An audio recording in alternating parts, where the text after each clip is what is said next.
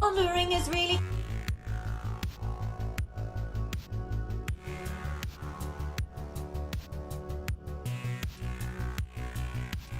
For the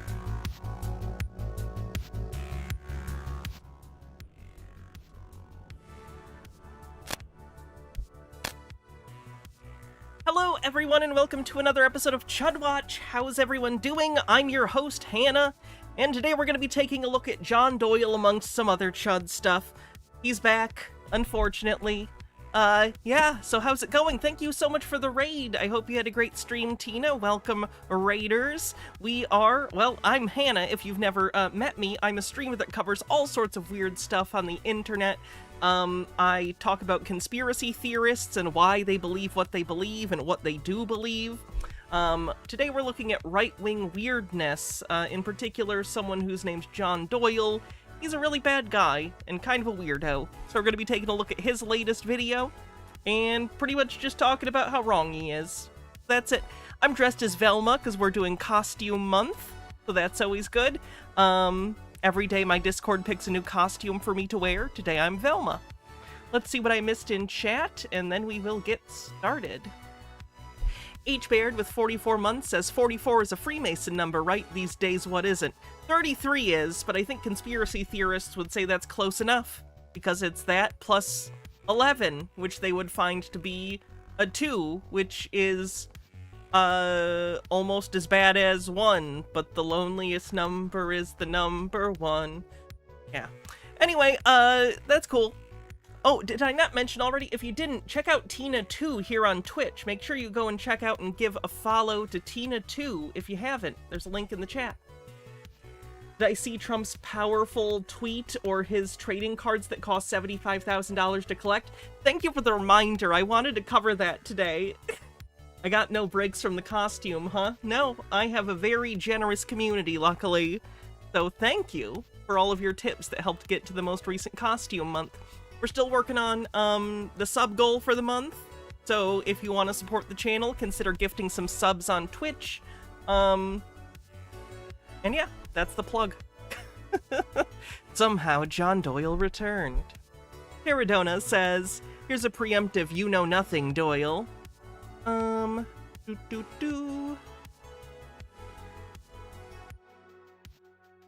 I see? Yep, I read that, and we're caught up. Cool.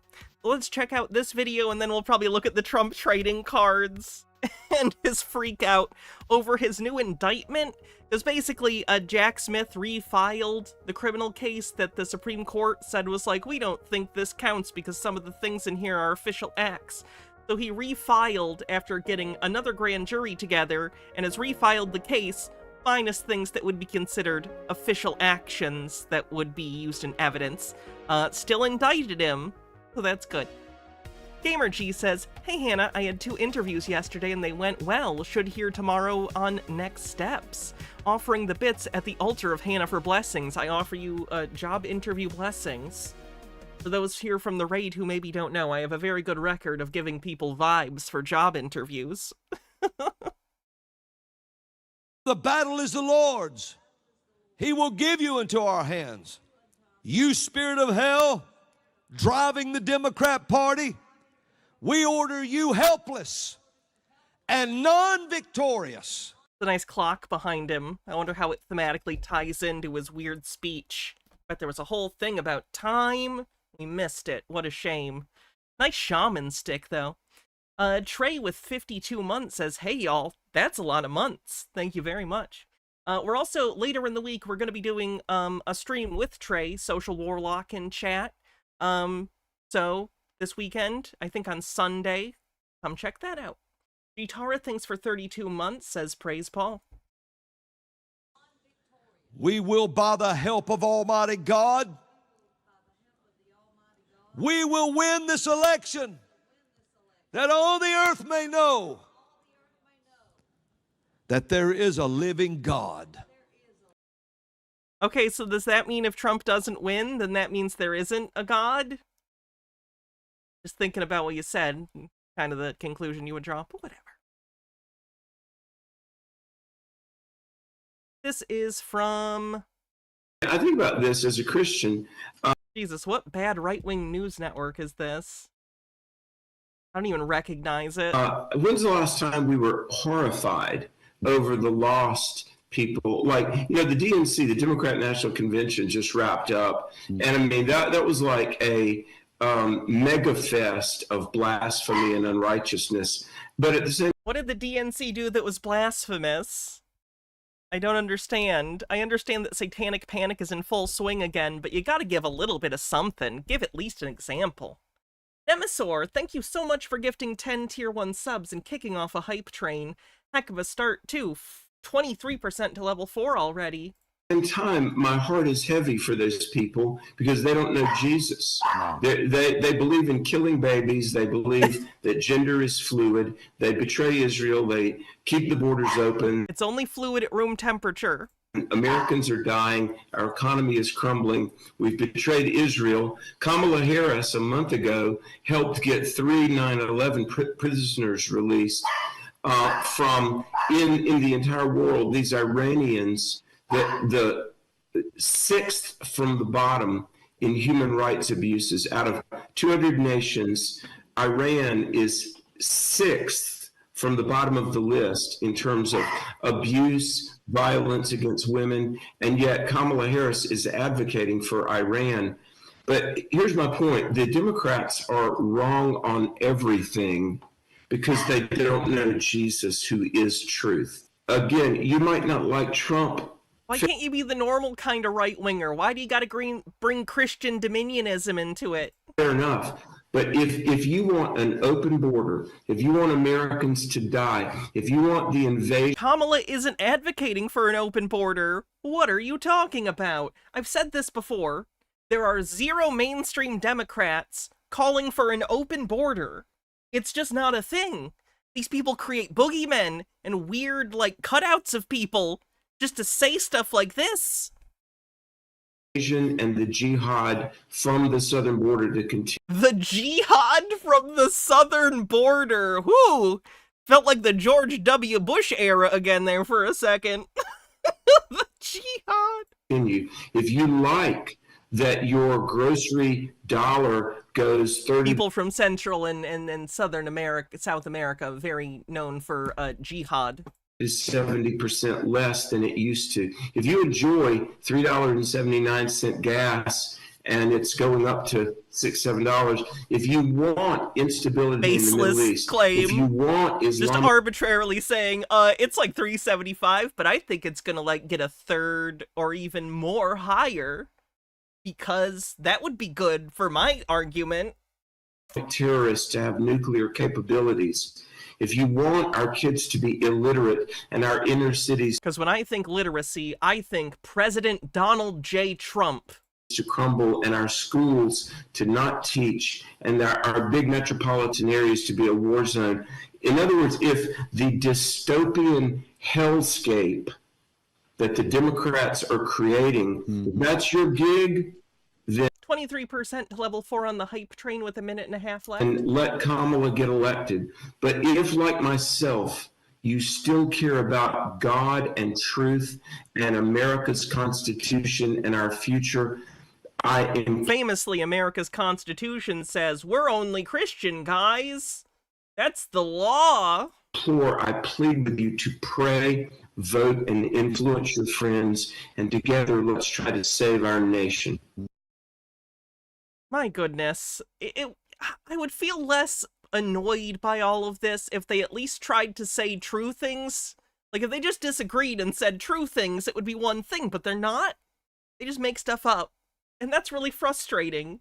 Really frustrating having to discuss something you never said. Minute left in the hype train. Oh my goodness. What is Nick Fuentes doing? In the middle of September, 2 weeks from now, I will be traveling to Michigan to give a press conference to announce all of these things. We will wait and watch for a J.D. Vance or Donald Trump campaign event, and we will counter-program it with a large crowd. And we will deliver, in addition to other strategies, our grievances and our complaints of how this campaign is not living up to America First. But it's not only a press conference. There, we will begin setting up a ground game that will include everything that a traditional campaign includes. And I'll let you guess what that is. There will be some surprises. Yeah, I think we saw this when it was posted to their Twitter. I don't understand why he thinks he has weight to throw around with the Trump campaign. He already has his supporters, and they aren't enough to swing anything. Thank you for the hype train, Gamer G, Trey, G Tara, and Nemesaur. Thank you so much.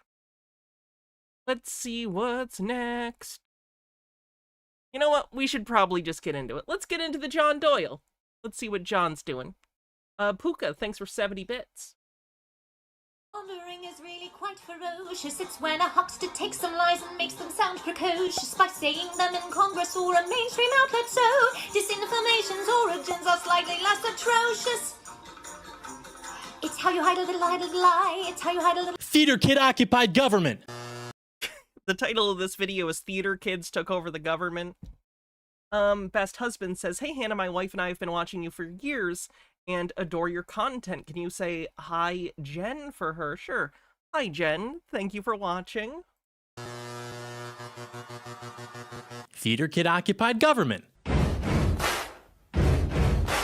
Buddy, you're a boy, make a big noise playing in the... Is John going to complain about, like, social media strategies, in particular cringe ones, when he himself has a cringe social media strategy? Like, I get it. I understand, and I see videos that are, like, clearly pandering that make me roll my eyes. But that's just part of politics. That's just part of the game. And John Doyle is playing that game. All of us do to some extent. So I find it pretty hypocritical for him, of all people, to talk about some sort of, like, performative enthusiasm, when, frankly, that's basically his whole shtick. He just piles 13 layers of bullshit irony over everything, but it's the same gig, it's the same thing. Puka, thanks for 70 bits. Moira Soma, thanks for gifting a sub to Best Husband. Theater kid occupied government.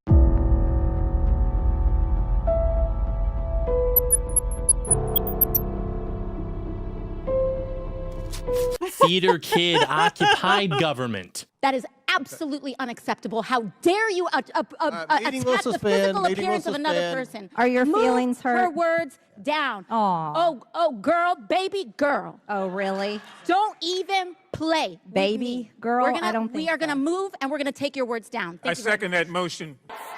every single day to lift working people out from under the boots of greed, trampling on our way of life. Theater kid occupied government. Theater kid occupied. Theater kid occupied government. Theater kid occupied government. Theater kid occupied government. Theater kid occupied government. Theater kid occupied government. Like this bit he's doing right now, like, I don't mind this bit, because I do stupid, silly bits, but does he understand that he is also doing a silly thing right now that is performative? Like, that's what this is, John. It's just so weird that you would try and criticize politicians when a part of politics is absolutely theatricality. Your message matters, but how you deliver that message is just as important. Maybe that's not fair, but it's a reality of how you communicate with people on a massive scale. A lot of it's performative to get ideas across in condensed, easy to digest, like, manner. You are doing the same thing, so it's fine to cringe at things that you find embarrassing or like, everyone does that from time to time. Pokemon go to the polls, anyone? I get it. But to act as though this is some rot at the heart of the government that is the cause of any issue is just such a waste of everyone's time. Is he literally doing this because he doesn't want to talk about Kamala? Like, what is he doing? This is an hour-long video. Theater kid occupied government. Theater kid occupied government. Oh, he did a gross burp too, yay. Getting women He doesn't give a fuck. And that's not performative. Because he's just really gross. of color in the United States of America. Don't tell me, because I didn't get a single apology. Time has expired. My life was threatened. Thank you. Oh, he did it again. Okay, repetition is generally comedy. Theater kid occupied government. Who's there? It's theater kid occupied government. Theater kid occupied government. Theater kid occupied government. $10 founding father. I mean, this literally is the cast of Hamilton performing at the White House. This has happened before when there are like pop cultural things that'll happen. D with Goblin says, John Doyle is jealous of theater kids because they're creative, know how to look natural on stage, and even the gayest jazz-handed chorus dancer has touched a titty at some point, which is better than he ever could. And importantly, theater kids had friends in high school. Without a father, got a lot farther by working a lot harder by being. I gotta skip this. There's no way I'm not gonna get copyrighted for that. I like that soundtrack, but damn. Realize that the first half was just bullying theater kids and the second half was more informative. Do with this information what you will. Choose your own experience, viewer. Click now. I'm not going to put up a timestamp. Maybe I will. I don't know. I guess we'll have to talk to me from the future about that. This is me from the future, but not the future. Okay. Resuming video. Oh shit, I didn't mean to do that. Active member of society. Release a because maybe the theater kids. I mean, everyone there is kind of person. What you will. Choose your own experience, viewer. Click now. I'm not going to put up a timestamp. Maybe I will. I don't know. You didn't. That's kind of lazy. I guess we'll have to talk to me from the future about that. This is me from the future, but not the future. Okay. Resuming video. Theater kid occupied government. My first call is to Prime Minister of New Zealand, who said that her goal is to make New Zealand the place where it's the best place in the world for a child to grow up. And this is the orb lady, right?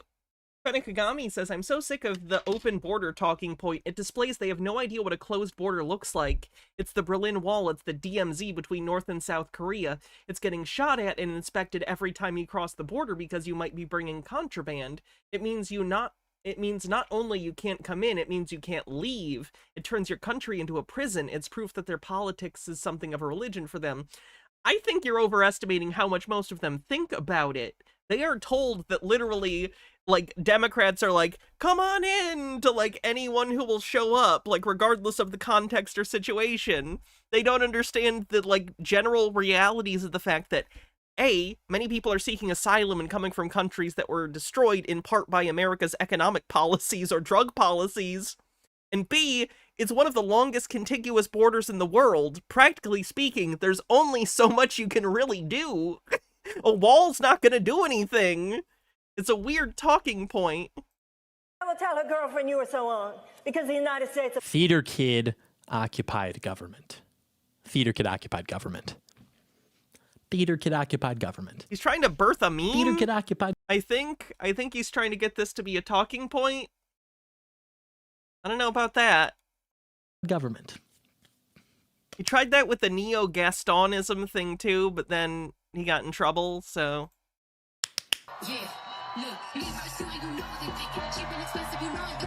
Worried about all things obscene music again, sorry. Theater kid. Like all things obscene, you just kind of know it when you see it. Tell me more, get you good up for fight.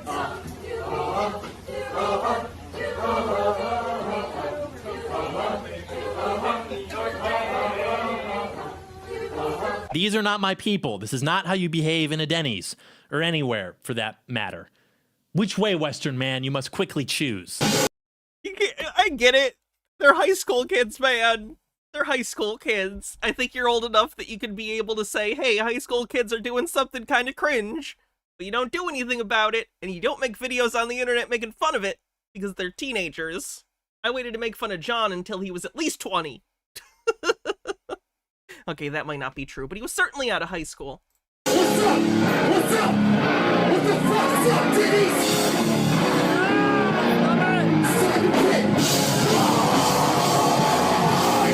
For my entire life, if I really look back on everything, my true enemy has always been theater kids. I mean, every time I tried to do something funny or cool or whatever, there were always theater kids there to like henpeck me into not making America great again. I mean, they never shut up. They're so undeservedly narcissistic. They're suck-ups, teachers' pets, like the worst thing to ever happen, basically. But putting that to the side for a second, you should know Content Forecast is showing content en route to your area, including a multi-part series, which I have prepared on the election, but then I was watching the coverage from the DNC and I thought, okay, let's just get this out really quick. So yes, these are the people who rule you. This is the ascendant stock of people, the theater kids. These are the traits that are selected for and rewarded. For every one that you see that's put on camera, put on stage, there's like 100 more operating behind the scenes, cut from the same cloth. This is what theater kid occupied government looks like. And so I thought we should explain it because it is actually very useful in understanding what's been going on, especially within the last while or so. Because him calling anyone else a narcissist is rich. I don't understand that. I felt like a lot of that he was describing himself, if I'm being honest.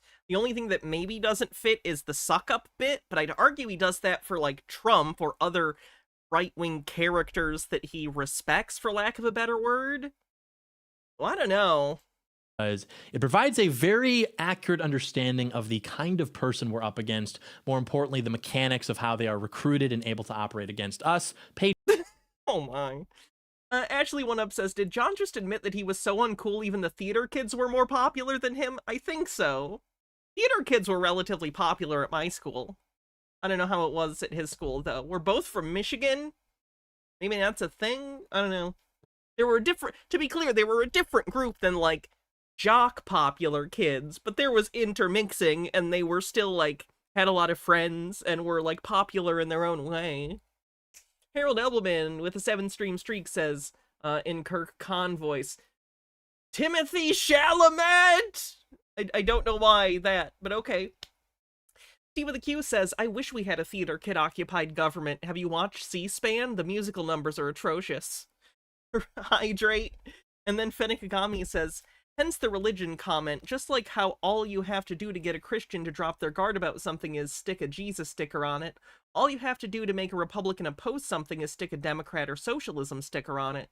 I mean, for the love of God, MAGA is literally publicly positioning itself as anti-joy, and they don't think that makes them look deranged. Patriots. So it's good to understand these people because they're not all leftists. They're not even all ideologically aligned. They're not motivated by the same issues in general, but there is a type.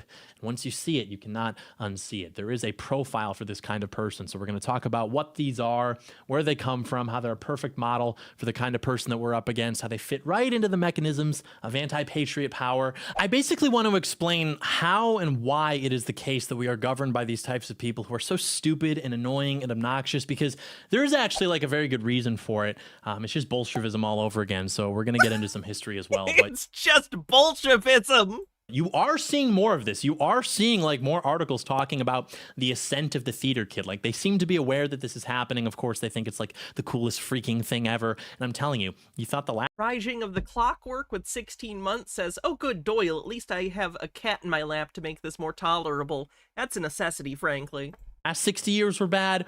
You just wait. I mean, as the ascent of the theater kid continues into the political class, it's just going to get so much worse. But first, let's wind the clocks back. You understand what I'm talking about? Like, are we all on the same page here with theater kid? I mean, this is like the stock of person who is ruling us. You know, there's a song by Bowling for Soup called High School Never Ends.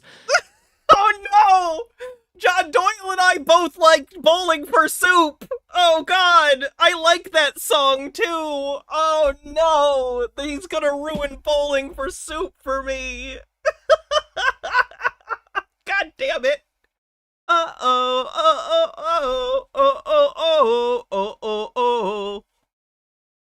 And as it would turn out, that's actually like a real thing. Not only is everyone's behavior pretty much... I don't know, man. Bowling for Soup really had a lot to say about, like, society, man. Same, but if somebody had like a bad experience in high school, they will never live it down, and it will be... John, you know that it sounds like that's what you're doing, right? It sounds like you're upset about some personal grievance with theater kids. Are you going to project this outward? Become the source of their drive for like the rest of their lives. And I unironically believe that whether somebody had fun between the time they were like 10 and 20, that will predict like the next several decades of their behavior. And I'm not talking about like, oh, peaking in high school. I'm just talking about whether you had a good time. You just enjoyed a time in your life, which is so crucial to your social and overall development as a person. I don't know. I've noticed that people who didn't, or they don't, I mean, they develop this kind of like chip on their shoulder that never really goes away, never really live it down. Theater kids, especially, even if Was John Doyle invented in a lab specifically to make me confused about how one person projects this much and doesn't notice? Because we've been covering John since he was like 18, 19. He started doing this right when he became an adult, I think. Does he understand that he's describing himself at all on any level?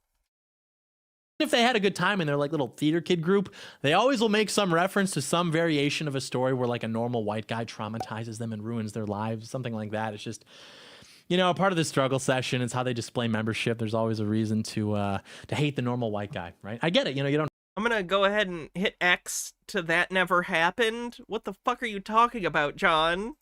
you don't have to do that. We're usually quite nice. And I was friends with many theater kids in high school, by the way. I wasn't one. I did tech 1 year for the theater stuff, but I wasn't really a theater kid. I don't know what the fuck he's talking about. And I'm not that much older than John. I've made jokes about it. I'm not that much older than John for us to have that different of an experience, both from Michigan. Benikagami says, "Stay strong, Hannah. We Bowling for Soup fans will not let this Nazi ruin one of our favorite songs. You can't take this from us, John." He with Goblin says, "I had a terrible time in school, but I finished my senior year 21 years ago. My life has moved on and I grew as a person. I know that it's been less time for you, but a part of being an adult is learning you could put away childish things. Cheer." Oh, duh, that was just part of the command. Yeah, I don't know what John... I feel like even I, at 30, don't have enough distance from high school to, like, talk a lot about it in depth, and John's, like, 21 years old. What does he think he's talking about in regard to people, like, long after high school? Like, you don't know anyone who's been out of high school a long time that was in high school with you, John. You're not that old.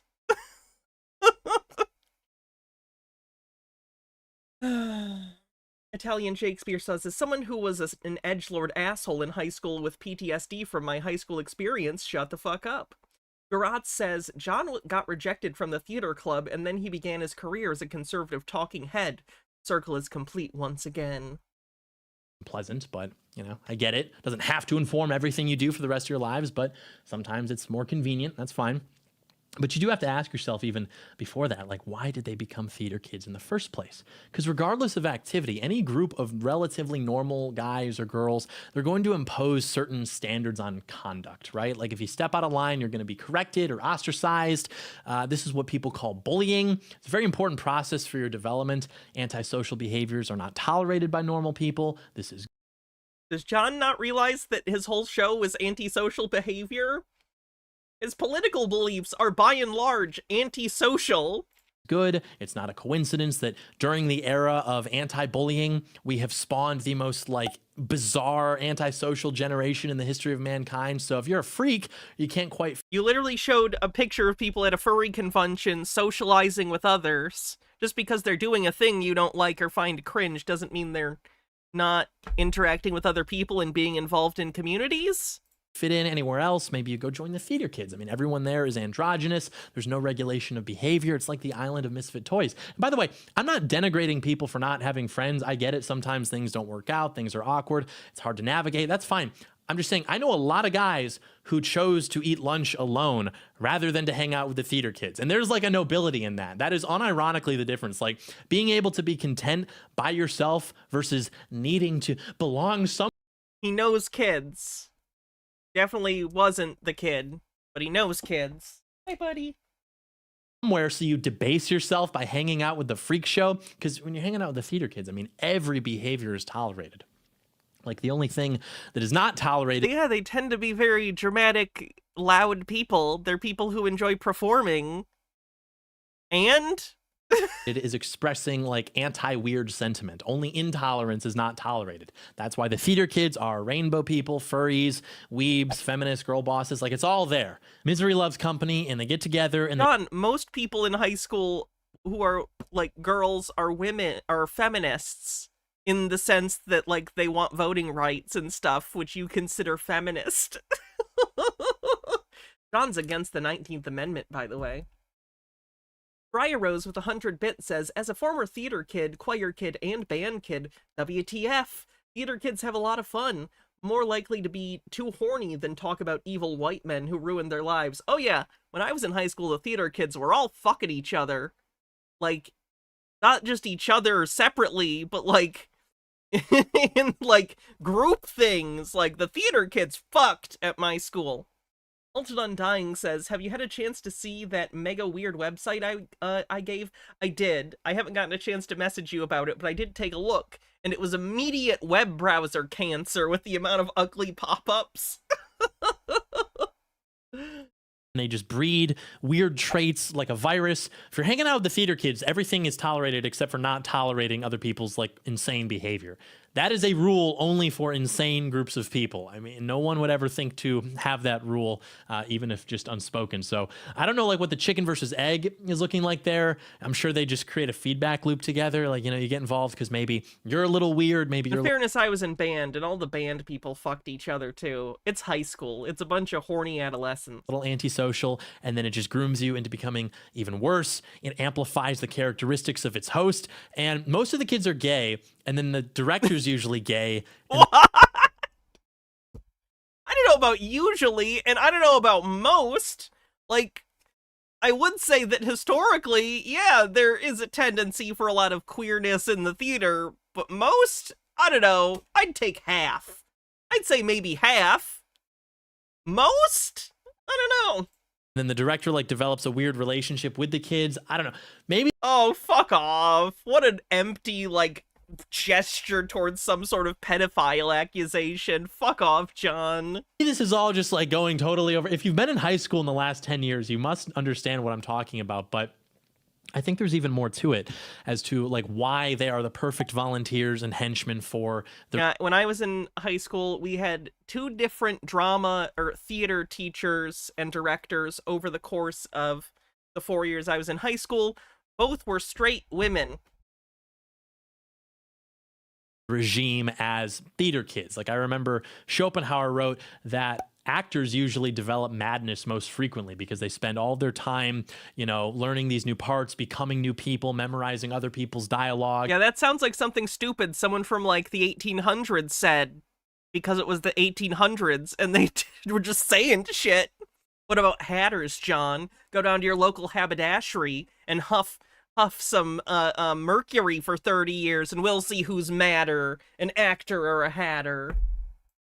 Without any grounding or connection to each other, or maybe they're even in direct contradiction to each other. And so like every night they're just spending their time trying to become these new people and in the process perhaps forgetting themselves and things of that nature. Do you think everyone's a fucking method actor? This is such like a weird way to think how acting works. Will tend to lead to madness over time. I think there's some truth to that, but then you kind of have to wonder, okay, well, what way is that going? Like, is it the acting that makes the man soulless, or are the soulless drawn to acting, to the acting? Is Mark Hamill soulless? Of simulating what it's like to be someone other than themselves, or just to be someone in general, understanding these characters perhaps better than themselves, or maybe there's nothing even about themselves there to understand. They're just like total NPCs, you know, they are themselves soulless. Like these people are perfectly... Again, just him literally saying that other human beings aren't people because they have different political beliefs than him. Just bizarre behavior.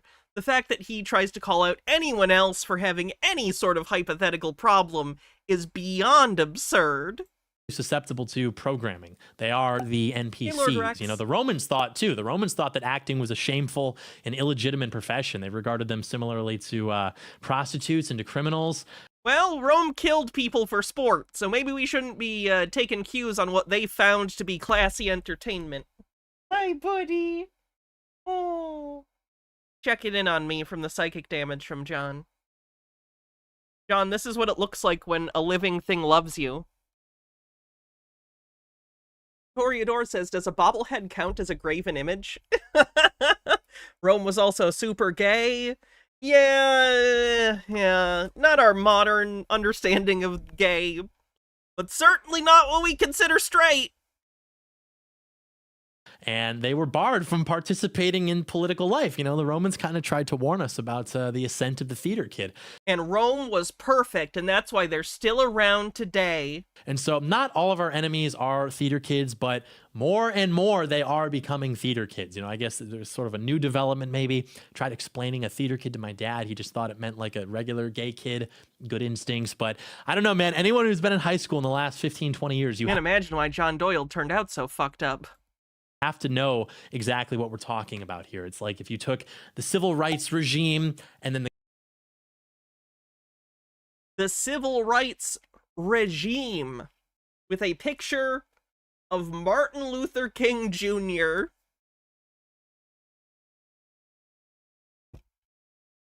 We'll just let that one simmer for a second. Oh, this one's tough, buddy. This one's real tough. He's so insufferable. So insufferable.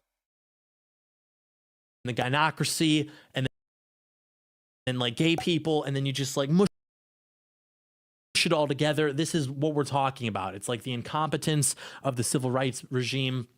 It's the passive aggression and the condescension and the vapidity of the gynocracy, and then like the flamboyance of state-enforced homosexuality. Like that is basically state-enforced homosexuality. What are you talking about, John? Moira Soma says, this is most off-point and desperate I've ever heard Doyle. He's really grasping. It's pathetic. Yeah, I don't think he took Biden dropping out well. He's not mentioned it once. He's barely mentioned Kamala. Like, I just think he's evading. This is weird. He'll probably put something out, but I think he wanted something else to work on first to get distracted from it, because he's not doing well. What it is. That is what theater kid occupied government is. So the good news is that our enemies are incompetent, maladjusted freaks. The bad news is, except for John. John's doing great with his World War II helmet and rifle and his Jesus bobblehead and his "the future is male" joke he made when he was like 18 years old, and his racism. He's doing great. Is that they've got nothing to lose, they've got nothing else going for them, and they will die before they go back to working at Starbucks. So these kids come up in like an education system which is basically designed to reward mediocrity, celebrate all forms of expression as equally good and valid and artistic, whatever, and then they think this makes them special. They usually develop a weird relationship with whichever English teacher is the gayest, and then they get mad at you. Why do I feel like John went through high school with mediocrity and then got upset and felt entitled to more, and instead of recognizing that, like, hey, maybe I am just middle of the road, he said no.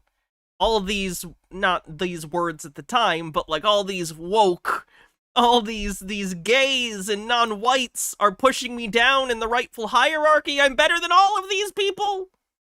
It just feels like he's projecting so hard. Tanikagami says, John, in high school I was a jock, and I love theater drama class. John, I know this is a foreign concept to you, but men who are at least a little confident in their manhood actually enjoy expressing themselves. Maybe he didn't see High School Musical. Maybe that would fix him. Normal. We're all in this together. Na, na, na, na, na, na, na, na. American, because you're like kind of stumbling. Jitara says, this is so weird, and that's coming from me, who was an art kid in high school 10 years ago and a huge nerd. Yet I'm pretty sure John must have had a skill issue back then and now, since I didn't find it hard to make friends. This all feels like projection from a guy who was lonely in high school, so he's got to make everyone else suffer for his need to be appreciated or even worshipped by others. I think that's a great read on the situation. Harold Elbelman says, oh hey, that reminds me, this weekend is Southern Decadence. Have a great Cleanse article about it, y'all, and come on down if you're able. Thank you for the link.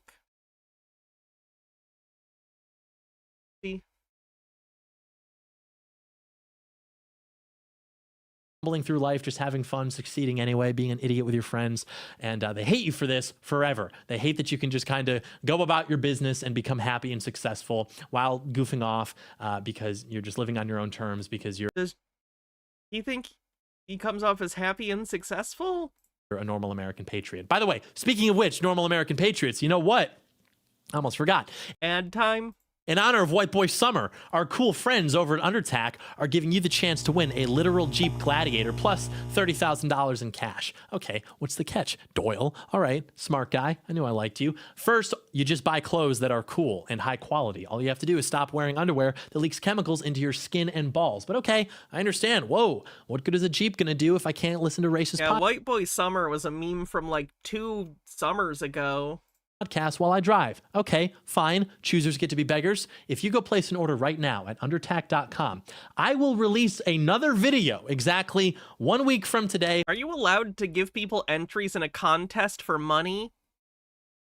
Don't they at least have to do like send a letter here to enter the sweepstakes? I don't care. I just genuinely thought that was a thing that they had to do. In the United States, it's illegal to run what is effectively a paid-for lottery unless you're a state. It will be a big, beautiful video. You'll say it's maybe the best ever. Are you even listening? What are we talking about here? Pragmatism, prudence, working towards a goal. How do we get there? I'm laying out for you 2 options right now.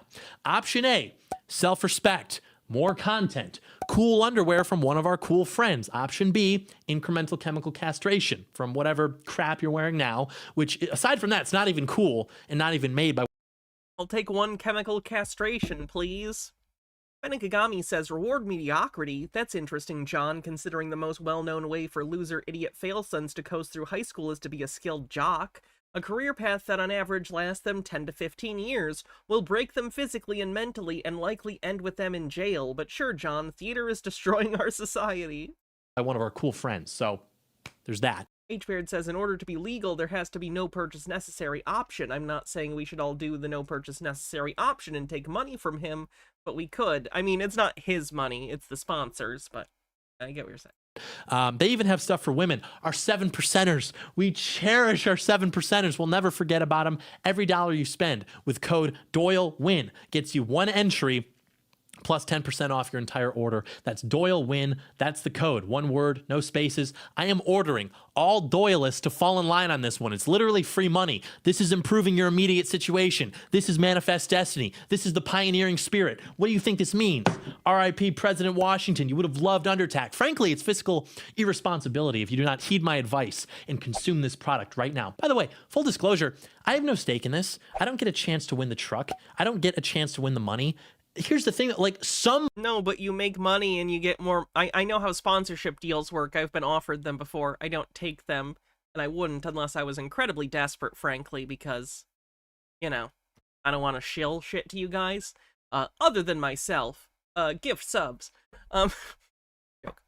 But the more people use your link and buy stuff, and sometimes it's based on number of purchases, sometimes it's a dollar amount, but they'll give you more money for the sponsorship if your viewers click and buy things more. So don't say you have no stake in this. I know how these things work. You think your audience is stupid? Of course you stand to benefit from this. Somebody is going to win it, and I will be damned if that somebody is just some random idiot and not a doy boy. So go ahead, stock up for the rest of your life. A doy boy. Quite a community name. Ashley One Up says, this stream is not brought to you by Raid Shadow Legends. Gitara says, that's enough ad reading, Doyle. Take 48d12 radiant damage. And Bittergrin, thanks for a 25 stream streak. Life. That is undertac.com. Offer code DOYLEWIN. That is undertac.com. UNDERTAC.com with the code DOYLEWIN. See the site for details. Link in the description. Very epic. We continue. I'm telling you, white males way up. White males through the roof. Okay, let us continue our very important discussion, the theater kid to Congress pipeline. So basically, the theater kids, they're like the weird kids. They do relatively well in school, 110 IQ, give or take. I don't mean nerds, by the way. The whole nerd versus jock thing, that's not real. That's something that people say online to try to live down having had a poor experience in high school. The theater kids, which of course they'll never live down. And you again, like, this feels insane insanely projecty. See this in Hollywood too, of course. You know, you've got like the same thing. It's people who have a bone to pick with jocks, realizing that if they tell the story honestly, it just kind of makes them seem jealous and bitter. And so they exaggerate and pretend that they're just bullies. And it's because they're actually the insecure ones. Chad is actually insecure and I'm not. I'm a screenwriter and I'm definitely not mad. Okay, dude. So yeah, not only is that inaccurate, it's not even real. Like, you don't have to be either or. You have to be both of those things. You need to be strong. You need to be in shape. You need to be capable of lifting and running and fighting. And you also need to have obsessions that animate you to the point of like making those around you confused or uncomfortable. I mean, this is what it means to be alive. And you can't fake that. Some people will never have anything to do with that. Most people are going to go through their lives faking that and trying to display that to others. That's what people mean when they say nerd, by the way. But the real problem is actually the theater kids who simply pretend to be nerds. Like, in my experience, guys who are actual nerds get along pretty much fine with guys who are chads or frat bros or whatever, because they both accomplish things. And so Did he just unironically use the term Chad? there's like a natural alliance formed between them against the theater kid who only pretends and nags and tries to make everything annoying and gay and all about themselves. That's like a common misconception I see. People are always like, oh, we're run by nerds. Nerds are actually good at things and interesting because they have these obscure... Oh my god, you put up a picture of Elon! He's very predictable, this one. That's a shame. Gitara says, there's literally only one jock I've ever had a bone to pick with. He's in prison now. It was all over the news. Connor Carlisle, thanks for 100 bits. interests and hobbies and eccentricities, which they obsess over.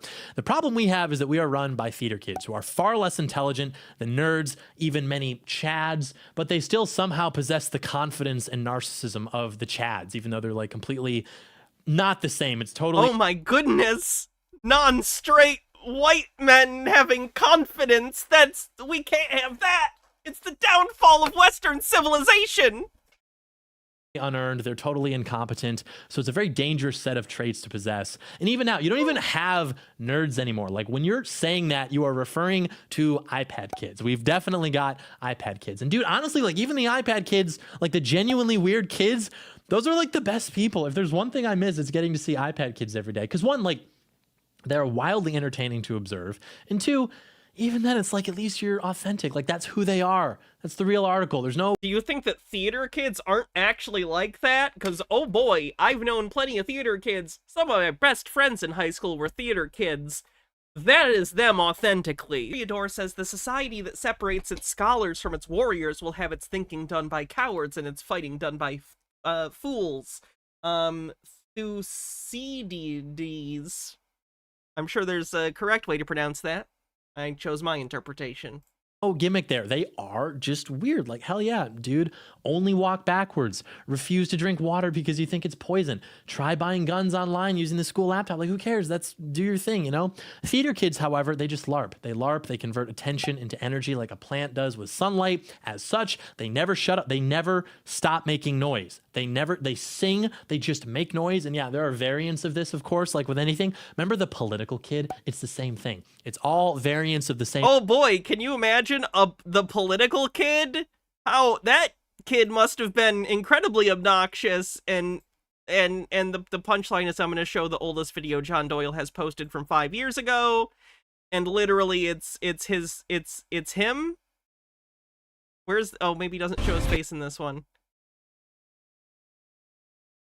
Just literally this is him in his first videos, and that's the picture of the guy he's saying the political kid in high school. And this is 5 years ago, when I'm pretty sure John was literally in high school. If he at least lampshades it here and he's like, aha, that's me, like, I'll at least give him credit for having a little self-awareness.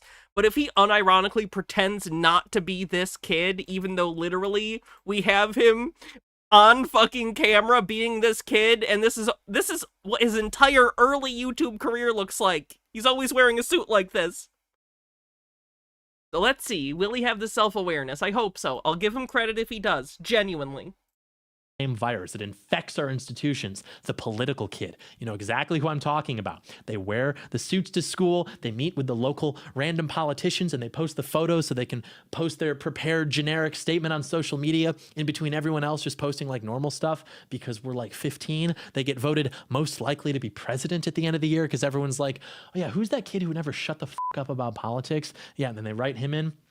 You know, I understand I'm walking on a tightrope right now, by the way, so I have to be careful that no one in the wonderful audience. I was voted most likely to win political office, by the way. So, they were very wrong about that one. Lennon Cat says, what do you want to bet John brought a briefcase to school? Ends up in the splash zone here. We don't want anyone catching any strays. When I say talking about politics, I don't mean arguing with teachers, owning your libtard classmates. There is no bill. Oh no, he's gonna say when someone like me does it, it's good. It's only other people who are the exact archetype that describe me that are bad. Oh, buddy. Amber says, I was a theater kid in high school all 4 years, Hannah.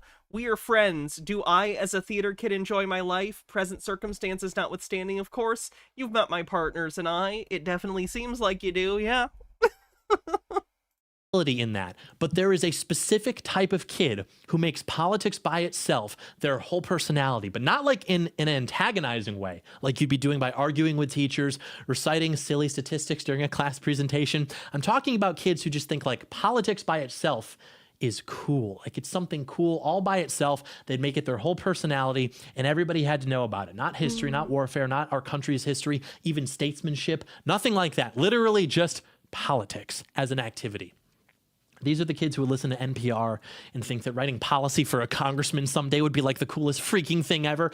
Not because they care about the policy, they have no conviction, they have no vision, but because they get to work in freaking DC and it'll be just like West Wing or Veep. I thank God I never ended up like that. You know, I was voted most likely to protest, which is much different. And that is because I put up a poster at the school calling Bill Clinton a rapist because Alex Jones told me to. So it's just a totally different ballgame. But he was very popular in school, I'm sure. But yes, these are the theater kids who go on to occupy our government. And I always got along with nerds. I will say, you know, I always got along with jocks. I got along with everybody. My job was to get along with people, okay? Also, nobody uses the word jock anymore. That's not a real word. Theater kids say that when they're trying to talk about their high school trauma fantasies. I guess you'd say like frat boys now or something. Chads is what we've been using. I'm not quite sure where I fit in on that spectrum. You know, one of my best friends was the president of a frat at like the biggest... You're the political kid. Party school in Michigan, so I spent some time up there with him. I played... You're literally the political kid. Left decided to interpret this later as a mandate that all 50 states must allow legal... It's him! Sports, I got my... Tara says, LOL, owning your lib classmates. Nah, John, that's not even remotely close to being a thing even with kids today. I've seen the kind of teens who are on their way to chuddery and they get absolutely demolished by their classmates through them either slapping them down in a debate or them looking at the kid and going, look at this idiot, while dragging them across every social media platform. Letter sophomore year, but I'm definitely a nerd. But you know, I was friends with everybody. We got along great. We get along with people. The only people I've consistently never gotten along with have been theater kids. Even my biggest detractors will often say, how does John Doyle look like such a nerd and such a Chad at the same time? Hey, embrace the third position. I don't know. I'm built different. Transcend the false binary. You just have to not be a theater kid. That's your job. Just simply do not be a theater kid. Being a theater kid means that your entire life is a... Sure, big dick energy. This sub baby's name is going to be, John's Unspoken Trauma. LARP, you're just playing a role. You don't do anything, but you try to convince people that you're doing things or you have depth. Like they pretend to care about things that nobody actually cares about because they want to seem deep. Like, oh, I just love Amy Klobuchar's transportation policy. Shut up. No, you don't. You don't have a train set. You're not an autist. You're going to make me gatekeep autism. You know, this has been... Christ, he's obnoxious.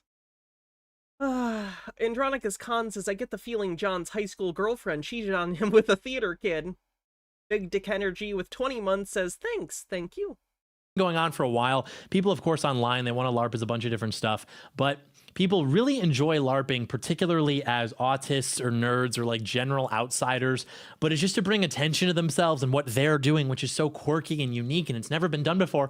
OMG, look, I just like went to a bookstore. I bought all these books. I think I might be autistic. Like, no, shut up. If you're posting anything other than the thing, not you and the thing, not your relation to the thing, you're not an autist. You're just a woman. Like, you're not atypical. You are being perfectly typical for a woman. The thing may be different, this book, that book, whatever. The behavior is identical, needing to present the thing. Dad, look! Dad, look! Dad, look what I did! Dad, look! It's like it's the same thing. You can't just become an autist or a nerd or whatever, because that's only driven by an obsession and a passion, which theater kids just don't have, and they never will have it. And they how does someone under 30 carry this much bitterness? How did he even pick it up? Ugh. Benekagami says, of course he likes nerds and thinks they're like Elon. The type of nerd he likes are as misogynistic as the stereotypical jock. You know, I-words. Nerds like me, the know-it-all awkward teacher's pet who rizzed up his future with rants about Naruto and had better views on women than the average chud because I was outnumbered 14-4 by girls in my tech area. He'd hate me even in my quartering fan phase. They really do resent that. That must have been an unfortunate phase. Among many other things, like that they can't just meme themselves into having genuine depth or competence or even status. Like if they dedicate themselves to simply listening to a certain number of minutes of a news podcast or reading a certain number of pages of an airport book, like if they just simply put the right fuel in the car, it'll have the same performance as an Aston Martin. But usually they don't even go to that extent. They don't even Does actually... John think his brain is an Aston Martin? They fuel the car. They just like take pictures of it, like at the gas station, so to speak. I don't know. They go to bookstores. They listen to podcasts. They have a degree. They have a degree in political science. They have an MPP.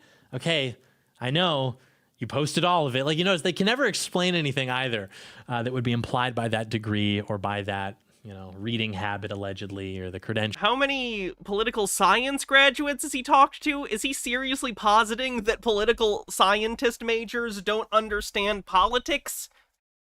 Holy shit, it's like he just invents straw men in his head. He dropped out of college like a year or so ago, so I think this is just more bitterness. I think this is just more anger at other people doing things he didn't. So the credentialism itself does all the heavy lifting, just like, I have a degree, respect that. And then they get frustrated when you don't automatically. John, do you know how degrees are gotten?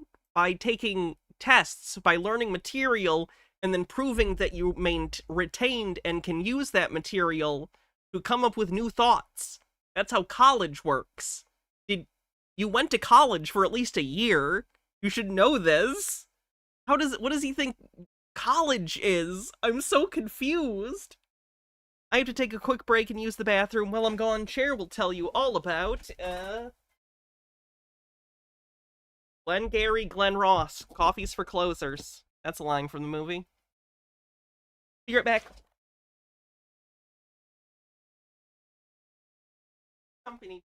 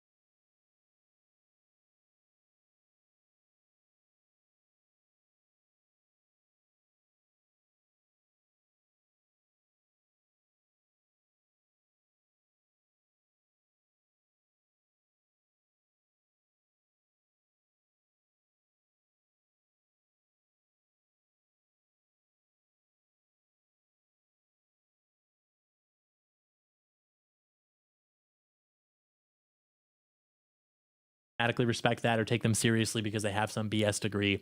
They get offended if you ask them to explain or substantiate these things in their own words. They sometimes throw out some excuse like, well, you need to educate yourself. You're not entitled to my knowledge or whatever. Whereas people who are actually obsessive and have genuine passion for things, they will like gladly, please give them the opportunity. Please give them permission to go off and explain these things. But theater kids are not driven by that. They're not driven by passion. They are driven by resentment, permanent chip on the shoulder, incessant self-promotion, very much undeserved narcissism. Some of the characteristics of a theater kid. Yeah. Okay. So they're unexceptional, unstable, unattractive, and not just physically necessarily, though most are. I mean, like repulsive. They all have BPD or some other personality disorder. They're unhappy. They fixate on the credentials, which are just like status tokens from the regime. They're not really shy. They're not really quiet. But that would be like almost preferable. Like they just won't ever shut up. They're always making noise, like 110 IQ, give or take. They just exist to self-promote, show everybody how cool it is. They're so obsessed with their story, their arc. It's like their whole self-mythologizing habit, which of course is theater kids as He's describing so many things he does. I'm kind of at a loss for words. Oh my god, is this just him having a breakdown? What is happening? Gitara says, I had a Sargon phase with I-word tendencies back when I was in high school. It's definitely not something I'm proud of, but like others have mentioned in the past on this channel, I matured and grew out of that shit. John's a prime example of what happens when you hold on to all that hate into young adulthood. Lennon Cat Knows What to Do says, the issue is John Doyle thinks that a person educated on a topic that comes to a different conclusion than him must be wrong and their education is meaningless. Yeah, that's probably why. Actors. They think they're the protagonist, they're the disruptor, they're the revolutionary. They drive the action, they set the frame. Everybody else is just reacting. It's Dumbledore's army. It's the resistance. It's all of that. Also, they speak like cartoon characters. They have like 3 or 4 voices. The cartoon character, and then when they're giving information, they are the kindergarten teachers. When they are being disagreeable, they are black women. And then when they're giving information...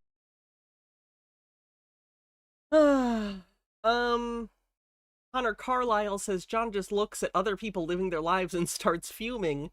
Kifazoa with 69 bits, nice, says, do you know what projection is? Yeah, Hillary Clinton does it all the time. We cover that guy on Tinfoil Tuesdays sometimes. He's a dirtbag. Information to a crowd, they are black preachers. That's actually true. Like a theater kid, they cannot help but fall into the MLK preacher cadence when they speak into a microphone for more than like 15 seconds. AOC just did this the other day. It's like a thing. I don't know. They think, they want to speak how they think black people speak, but black people don't actually speak that way.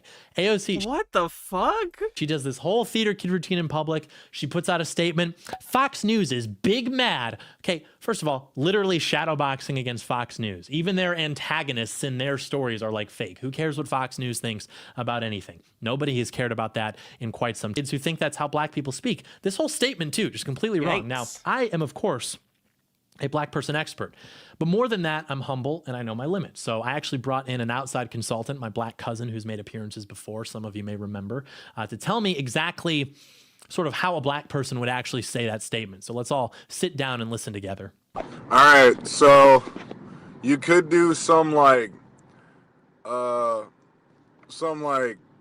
Fox News, them suits, man, they ain't with the people. They ain't for the people. They just for themselves, something like that.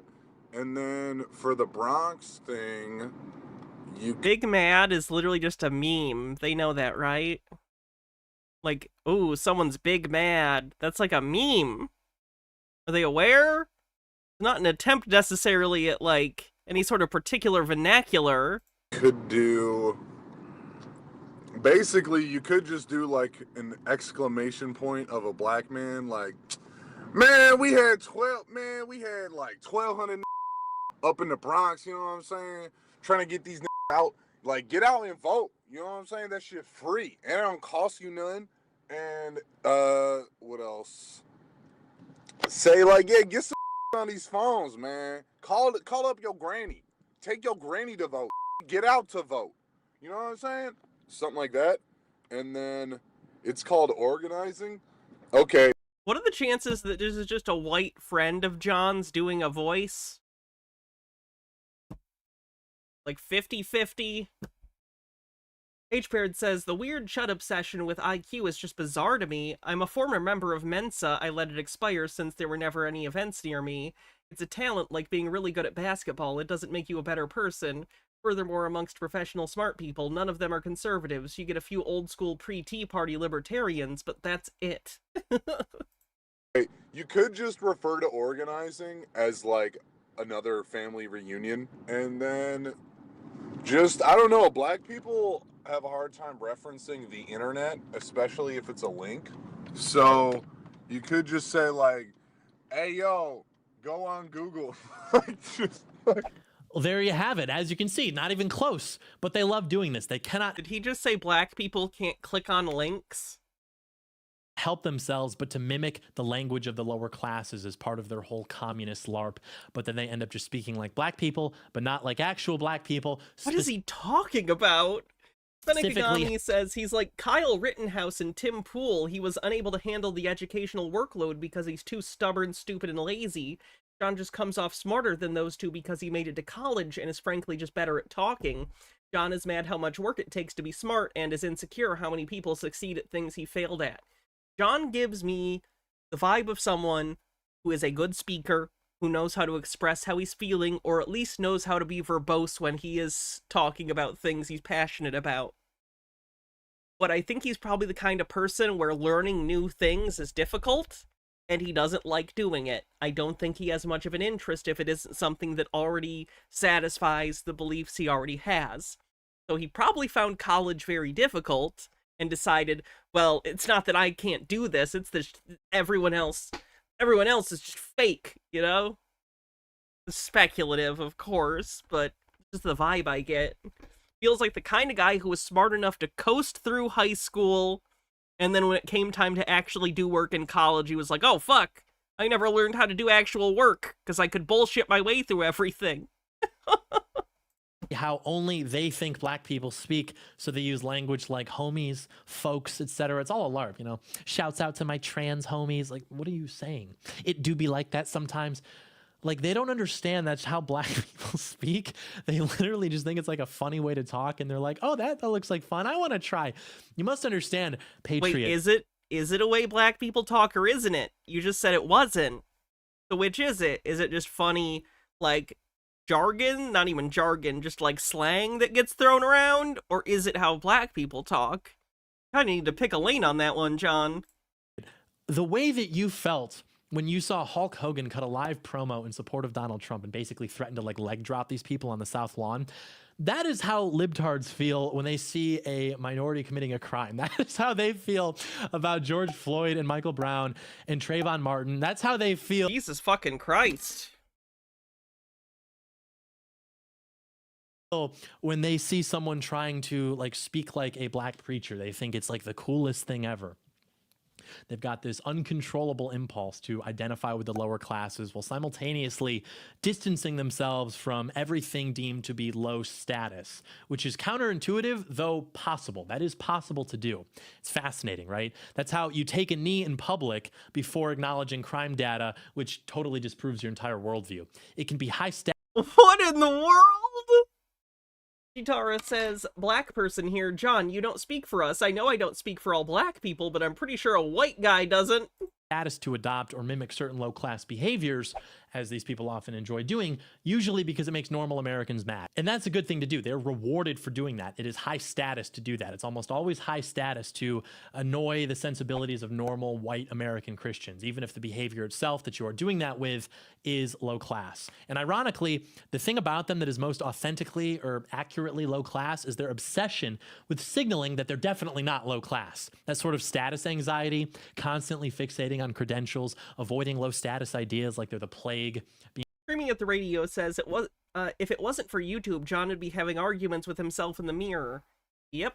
Being literally anxious, physically anxious about these ideas. That's the only thing that's like really low class about them. in the sense of trying to match behavior.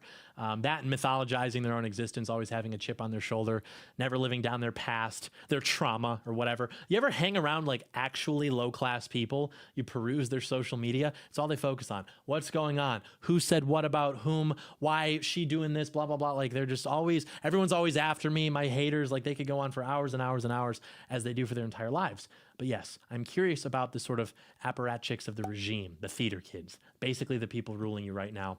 You don't have to be a person who, as a kid, was involved with theater to be a theater kid. If you're a fan of stage production, you were involved in it, that doesn't but theater, for the most part. There are, of course, people are highly neurotic. Arbitrarily declaring. Only got himself into power because he was such a good speaker. I don't know. I mean, they maintain the power regardless. But yeah, they also have this desire to change the world, which means just post pictures of themselves working on the hill, basically. Because remember, they're the protagonists. This is but the second act.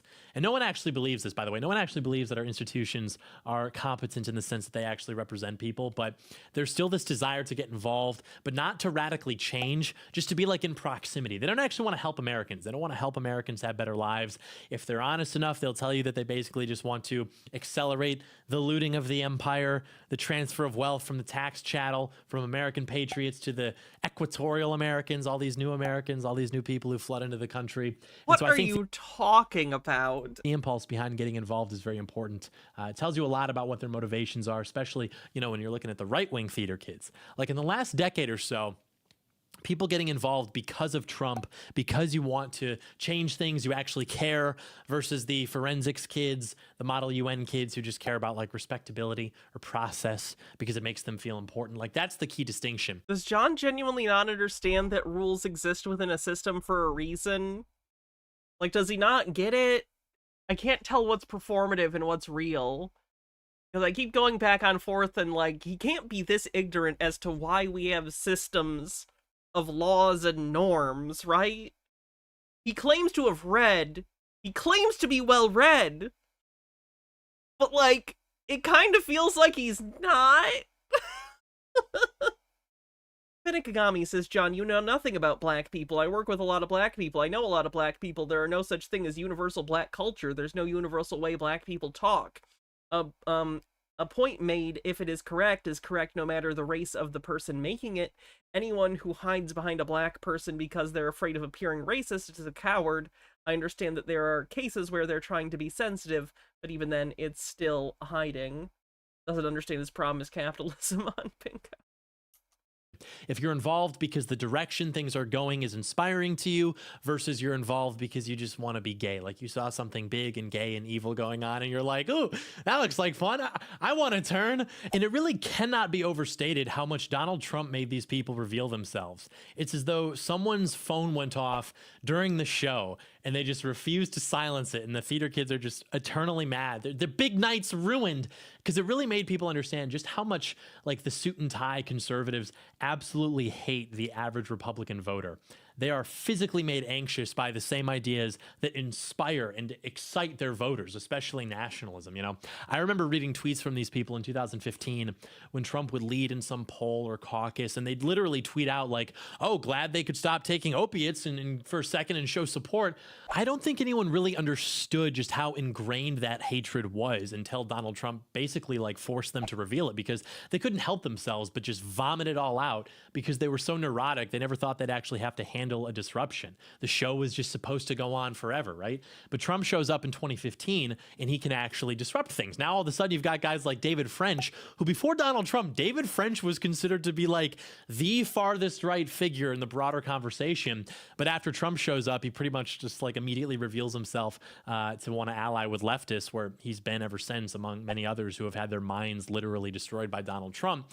Always easy to align yourself with the establishment, right? They align themselves with the establishment and against Trump, and of course the establishment doesn't care what the reason for doing so is. They're just happy to have them, and they do have them completely. I mean, they're completely controlled. All these people, doesn't matter, you know, what they claim their ideology is, what they claim their little main issues are. It's like they will align themselves with the establishment against normal Americans in an instant when presented with the opportunity to do so, which is exactly. I feel like he's getting closer and closer to going full Nick Fuentes JQ. Like every video, it gets a little bit closer.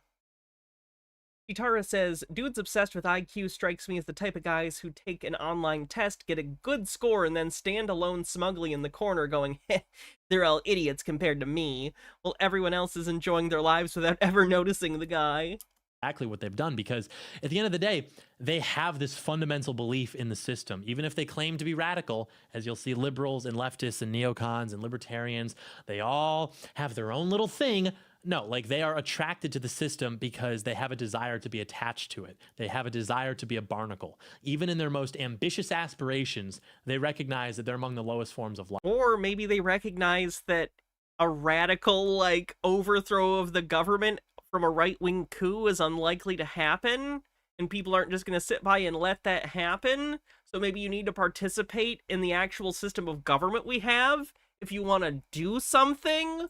Life. They don't want to get in and like change anything seriously. Again, even the most radical ones possess no beliefs which are themselves threatening to anybody, like even if they insist otherwise, which of course they have to. And they have to do this because, I mean, they require it. They melt down when... What system is he talking about? Politics. He's talking about, like, politics as it exists outside of, like, Donald Trump. You come between them and their reward when they feel like that's threatened. That's what we saw in 2016. It's what we've been seeing pretty much ever since, because you are jeopardizing that reward. You are coming between them and their entire self-concept. The syndication of politics throughout all life as identities independent of the state, be those nation, heritage, community, faith, family, all of that's been eroded as a matter of policy.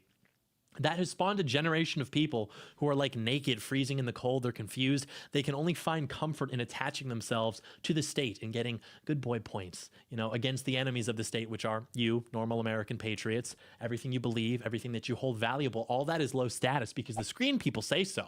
And they will literally die before. Is John's like incapable of understanding practically why people disagree with him. What a strange point of view. Like, I disagree with John, but at least on some level, I feel like I understand why he believes what he believes, even though he's wrong. His entire conception of anyone to the left of him is just a weird, nonsense funhouse mirror of bullshit. Associating themselves with anything deemed low status, freaking racism, freaking sexism, freaking nativism, no matter how edgy or autonomous they think they are or portray themselves as on social media. But if you try to talk to them about anything else, I swear to God, they literally start to squirm in their seats. They are physically made anxious by these things, like danger, Will Robinson, naughty idea. Not a single thing they believe is threatening. I mean, yeah, being a racist makes people uncomfortable. People don't like racists. They think they're fucking wrong, first of all. He's going to try and make a statement here of like, you're just uncomfortable. No, you're also wrong. But it makes people uncomfortable because they're aware that that wrong belief system has led to real-life violence and death over and over and over. So if you're the kind of weirdo that makes it a part of their personality to be a racist shit, yeah, people are going to be uncomfortable. You make people uncomfortable. That's not on other people. Or outside of an approved paradigm that has been installed into their consciousness. Their minds are nothing more than sandboxes for the CIA. And so, of course, the theater kid has to be hyper-vigilant against all outside threats, most aptly classified in the last few years as threats to democracy, right? And democracy just means like whatever gives the regime power. When they say... Is that what it means? Our democracy, they don't mean that collectively. They mean that like possessively, like it's mine, it's ownership. It's no, John, you are an American and therefore you also get to vote. So no, democracy is a thing that you participate in and so do I. Their democracy. And democracy is just the word for the power structure that they've assembled. Like that's all that means. When you hear it that way, everything makes a lot more sense. If you take it at face value... I just have to completely redefine our system of government into nonsense in order to make my worldview work. Good one, John. You're just going to be scratching your head. But part of what the theater kid has to do in order to believe, in order to justify digging deeper, is that some of the calls are coming from within inside the house. They're the protagonists, sure, but there are villains after them too. Even in the regime they occupy, isn't that mysterious? It's like the professor of the dark arts every year. The CIA leftist regime change organization, white supremacists, World War II German expats control the government. Whatever slop, they'll just eat it right up. They just have to have some enemy to shadow box against to rationalize this like unrelenting action, which is really just caused by their resentment against normal American patriots. But is that really it? I mean, why do they do this? All these ants in DC, because it's not money. They're almost always broke. It's not extravagance. Their living conditions are resembling something between like a halfway house and a dormitory. It's not even really status. They're nobodies. But imagine how much worse it would be otherwise. That's the key. This is their best case scenario. Without it, what, do they go back to just working at Starbucks or something? I don't know. I mean, they need to use that public policy degree, right? Their talents surely are just being wasted at Starbucks. The theater kid must feel like she is important in playing a role. The role, of course, being decided by the regime, media, etc., because the desire to climb is still there, right? That's like permanently ingrained in your nature. But they're NPCs. So the hierarchy is decided for them. They can't get off the plantation. They're too scared. They don't have it in them. The sense of self. This is all justification so he can try and not think about why people think differently than him. Literally just comes from ascending like this hierarchy that is actually just fake and gay. And a lot of times being white is so low status. You notice that white theater kids will adopt these like coefficient identities, like bisexual or something, whatever that means. Just does John not think bisexuality is real? To rid themselves of that mark by itself. It's like white with an asterisk. I mean, they're. Does John know that if you're bisexual and white, you're still white? I am bisexual and white. They're hyper conscious of all that signaling and messaging. It affects them significantly. And people who aren't like this generally would not have an interest in getting involved in this whole arena. I mean, capable people generally do not enter politics, much less to be a career. Unless they're doing so with the intention of being disruptive. Does he think that, is he saying he agrees that Trump isn't a capable person? Because the idea of doing so just to like participate, whatever, that would not appeal to them. They may have an interest, which is natural, of course, when you are a productive member of society with an actual stake in how things are run, but it's not like their thing. You know, the only kind of person who would romanticize politics, let alone at its current state, are total losers. Nobody of quality will look at the state of things and be like, wow, I really just want to participate in that. That looks like just so great. And competence is not necessary. There's no accountability. If you're not elected, then no one's going to hold you accountable. Even if you are elected, no one's going to hold you accountable. But it's a matter of loyalty. So long as you are loyal, you don't even have to be a loyal person. You can be loyal to the regime. You know, so even if these people snake each other all the time, which they certainly do, they'll never snake the regime. Like the thought would literally never occur to them. It just keeps moving in the same direction, even if, you know, they bicker between themselves on the way there. And the best part is, the more insane, the more maladjusted and evil and retarded and sheep-like you are, that just actually makes you a better candidate. The less able you are to do anything outside of serve the regime because you're a maladjusted, socially anxious freak, midwit theater kid, and you've got multiple prescription drugs on your person at all times, the more likely you are. It's just all bitterness. Gitara says, I wasn't sure before, but now I'm sure. John is afraid of being the NPC background character in a theater kid's story, so this is on top of the projection thing that's likely a result of him being an unlikable loner in high school. To be like loyal to the regime. Yeah, strike one. Because like what other option do you have? I mean, also, you resent your opposites in the first place. Normal American patriots. It's Cain and Abel. We know how this works. So yeah, you get to make their lives hell for the rest of their lives, and it's paid for by their tax dollars. It's like the best. I mean, that's a dream come true, right? Fedekagami says, my wife is black, and at the first family reunion of hers I attended back when we were dating, I ended up offering the whole family and offending the whole family, and to this day I still don't know what I did, but I bettered myself, worked on being more empathetic and better partner, and things are better now. I understand not getting how you offended someone. I don't get not doing anything about it. It's a narcissistic thing. I couldn't have done anything wrong. Your problem. Bumble Homestead says, what the fuck even is this boy? I don't know. A lot of issues that therapy would probably help. It's a dream for what otherwise would be a nightmare existence for these miserable people. AOC, she would be bartending, which I have no problem with. I think that's actually a pretty cool job. But when you're a theater kid, you're too good for that. You're Belle. You're too good. There must be something more than this whatever life. It's all the same. Nobody recognizes how brilliant you are. And this fills you with rage. The entire thing is just a patronage network for the soulless, for the theater kids. They have no talent. They're not intelligent. They're not competent. They're not stable. They LARP. That is the value that they provide. That is what they are paid to do. Theater kids, girl bosses, sociopaths, these are the people who are rewarded. That's girl why bosses about, and like, sociopaths. same def, right? We can put those things in a list together and put an etc. Or blackmail. Those explanations are actually like too charitable by far.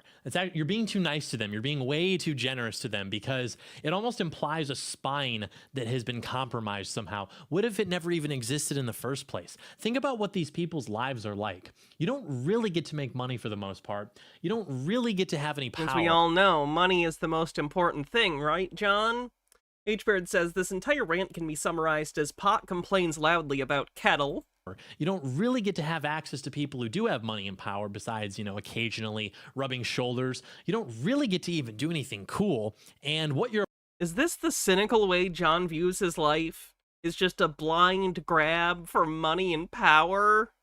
That explains a lot if that's what he thinks ultimately life is about, but that's really depressing. Part of doesn't even really work. It's all just this big... Andronicus Khan with 100 bits says, no one tell John what Ronald Reagan did before he got involved in politics.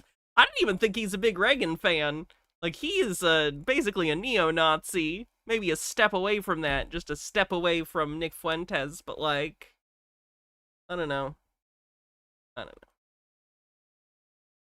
Incompetent bureaucratic mess where accountability is impossible. It's all been constructed as a giant wealth transfer from the Patriot. Accountability is impossible, he says while defending Donald Trump. Taxpayers to these jobs that are created for people who are otherwise too incompetent to do anything else. And these jobs exist to what? Basically just do jack shit while the vultures and the hyenas pick at the bones of our civilization. And then only when somebody tries to do something to stop it does some department or agency or office, only then is someone actually going to look into their situation or something, right? That is the function. That's why big government exists. What kind of person gets involved in that? That's the theater kid. That is their identity by design. Their identity is the regime. And for the theater kid, being a part of that is all the better. That's all they have to be. I mean, what else are they going to do? It's the only thing they can do. It's the only thing that validates them. Talk about pursuing something bigger than oneself. What if you can't? What if you were born to be an obnoxious retard and you're extremely neurotic and anxious? Strike two. All the time. Somehow this is all the fault of the lax player who made the class laugh at you one time during your junior year, and so you dedicate your entire life to burning the whole country down. That is these people. They are driven. That's you, John. You're describing you. Driven by that resentment. They're completely dysfunctional. They're status insecure because they understand that they're not actually gifted, even though they got an A in AP Psych or whatever. And so their path upward is measured by their dedication and ability to make life more difficult for you specifically. This kind of system only works when you can plug people like that into it. People who could be successful in life, independently of the state because they're... Yeah, when I think independent success, I think Donald Trump, who only received a small loan of $1 million from his father, along with a bunch of New York real estate right before the city cleaned up and real estate prices skyrocketed. Benikagami with 40 bits says, John is displaying the reason why the elites of the Republicans hate their base. They see their base as lesser. Chromatic Cuttlefish with 27 months at tier 2 kicks off a hype train. Thank you very much. Says, I have arrived to find John Doyle projecting hard I see. Oh, you have no idea. Thank you very much. This sub-baby's name is going to be John's Insecurity. H. Baird says, so we're all in agreement that theater kids made fun of John in high school, right? Right? Oh, 110%! He even said, I got along with everyone except the theater kids. Oh yeah, they called him out for his bullshit, I'm sure. Hydrate. We are on a hype train. Like I said, if you want to help support the channel, gift subs would be great. Bits, whatever. All right, plug over.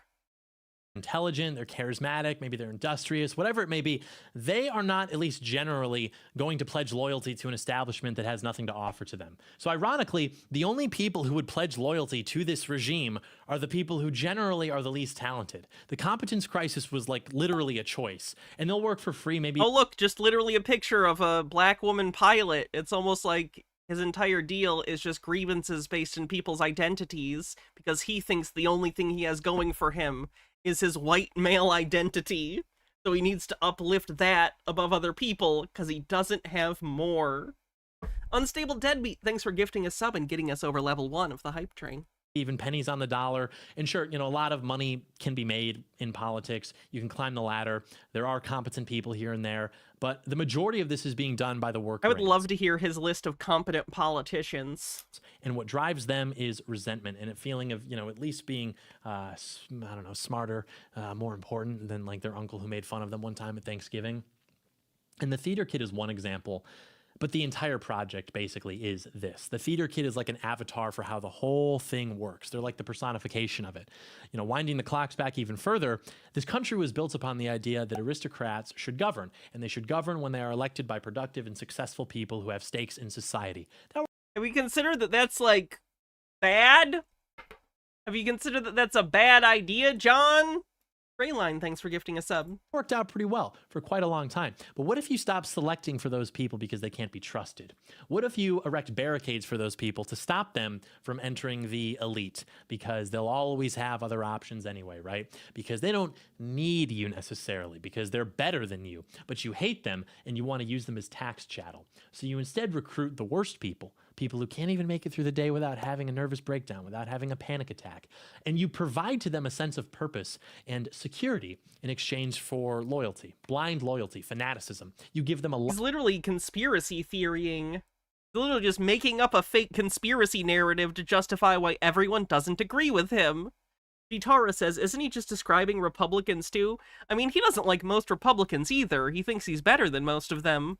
License to attack 45% to level 2 on the hype train. Your enemy, you pay them to do it with money siphoned from your enemy. I mean, it's a brilliant idea, deeply sinister in nature. This is what Lenin did. Lenin didn't invent being a retard, but he did God damn it, John.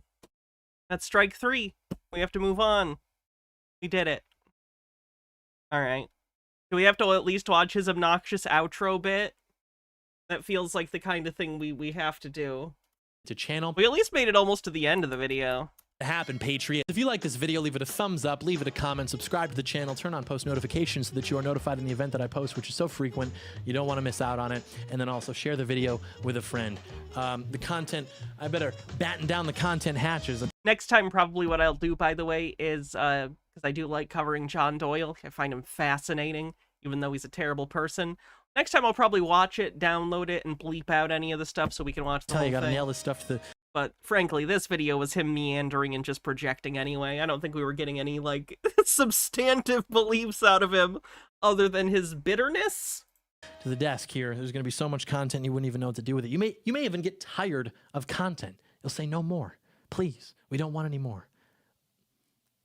The baby birds need to be fed. That's the bottom line. When have I abandoned? Well, don't answer that. When have I'm still alive, okay? We're still going. The heart's still beating. We're going to make America great again. Okay. Anyway, we'll see you next time. Thank you so much for watching. May God bless America. At least it was short this time. All right. Let's move on. Because holy crap, John is a lot. See what we're gonna do next. I have a whole load of other Chud related things.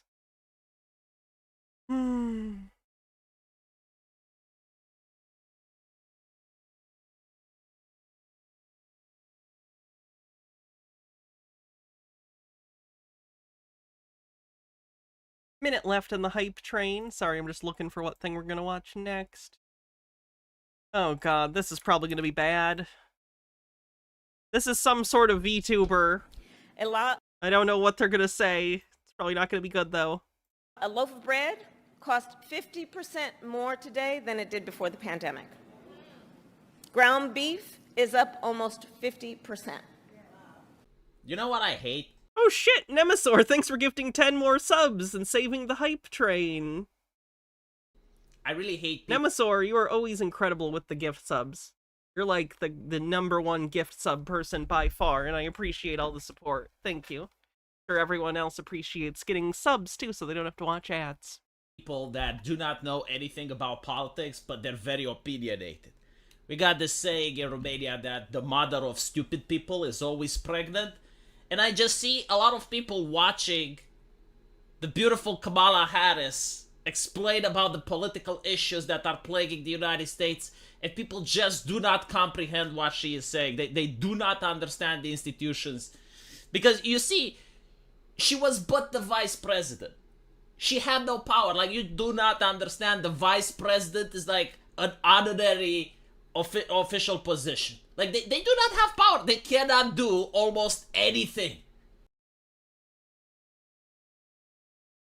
Yeah, that's not true. The vice president is kept up to date on all of the matters that the president is doing. That way, in case the president dies, they can take over. So they get the daily briefings. They're kept up to date on, like, national security things. They oversee the Senate and cast the tie-breaking vote. The vice president does stuff. What are you talking about?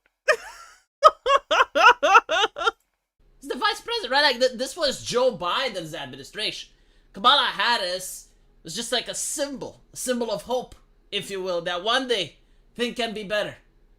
So, sure, you know, like the Democrat Party, they did have the power to get Joe Biden to step out of the race. Even though, like, they're saying, yeah, like, there's this article in the Constitution that if we think that the president is not in charge of his mental faculties, we can actually oust him.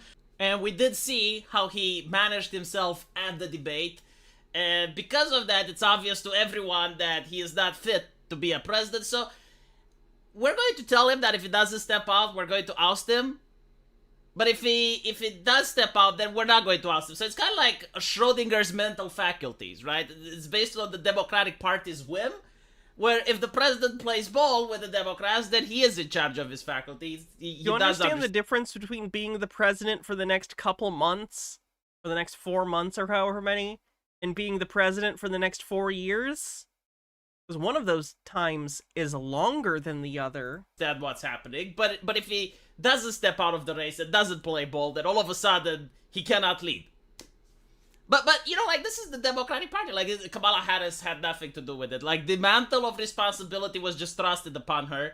And the Democrat Party, you know, they can fix the economy. They have the answers, because, like, at any point they could have just got rid. Gitara with 50 bits says, "Silence, creature, how dare you defile mine ears with thine scratchy voice and taint mine eyes with your disasterful VTuber model." Of Joe Biden, and Kamala Harris as vice president would have become president, and she would have fixed the economy.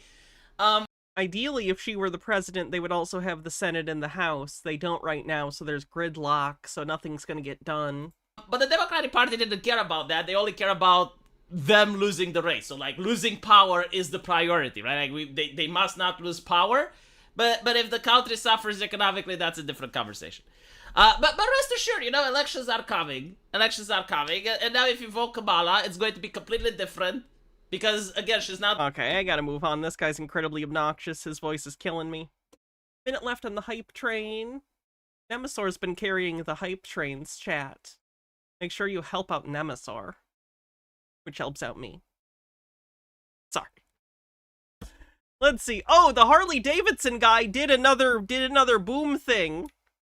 I think he liked the attention the last thing did, so he exploded another one, but with a cannon. America.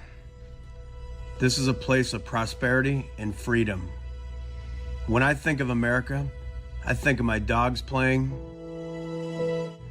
I think of people having joy, working hard, being proud to be an American. Humble Homestead, thanks for 200 doing bits. everything for freedom and morals and principles. Sir, you shot a bike. That's when I think of Harley-Davidson. They're one of the companies Maybe don't affiliate those things with a consumer product. That's a weird thing to do. that I think of with the roots of America that just always had an America First agenda. But there is an evil upon us. It's Oh my fucking god! Thank you for the hype train, everyone. coming. The CEO of Harley-Davidson has totally aligned with the leftists and totally went against American values and its own customer base. We must do something about it. We have to stand up to it. That's why I made this video. I destroyed my woke Harley with a cannon. Remember, those who stay silent in the face of evil are just as guilty. Evil is when non-white people get hired for jobs. All right, I'm not going to listen to his whole diatribe again. I just want to see this thing get shot with a cannon, so I'm literally just going to show that part. Woke target acquired. Fire Woke target acquired. at will. Oh, it's the same bike he already destroyed. That's lame. This shouldn't be called I destroyed my Harley with a cannon. It should be I shot my scrap metal that I already made useless with a cannon. Should have had a second Harley. Lame. Steve with the Q says, when I think of America, I think of people who shoot up their own property that they paid for. Altered Undying says, what about the agenda of losing all your skin on your upper body? Who the fuck wears those pants to ride? Sir, where are your riding leathers? Fire!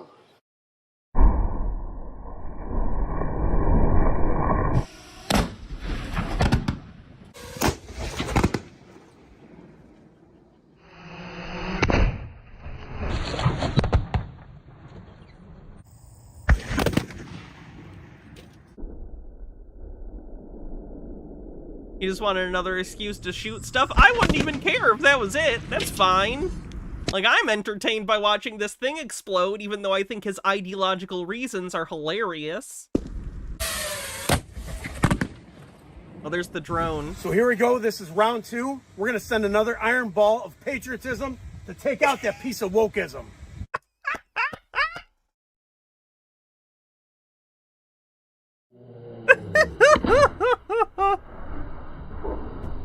One, fire!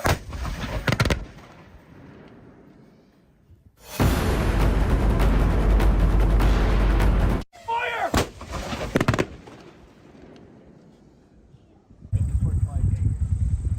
After round 2, this thing got annihilated.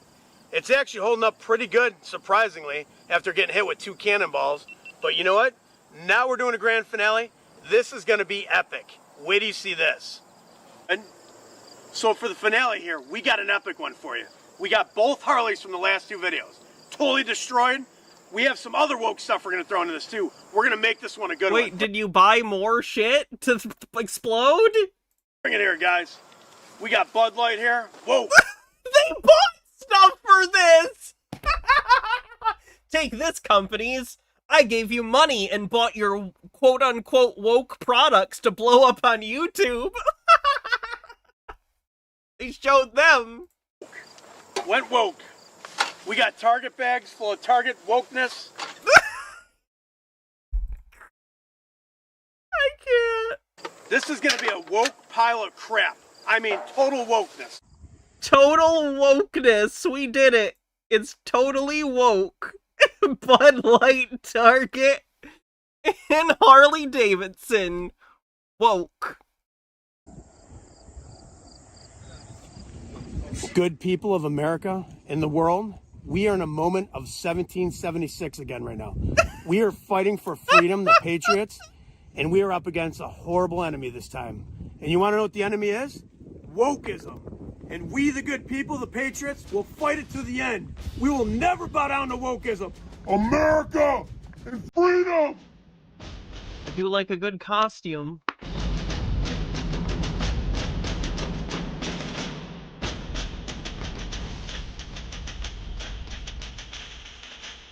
So, Mr. Woke CEO of Harley-Davidson, your anti-American ways will no longer be tolerated, and I got 6 pounds of American patriotism going at your woke pile of crap.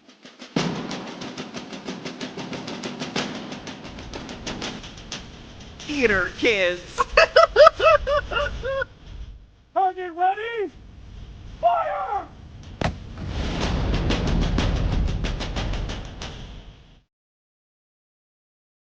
Get it. Oh my god, what is this? The movie Taken with these goddamn edits?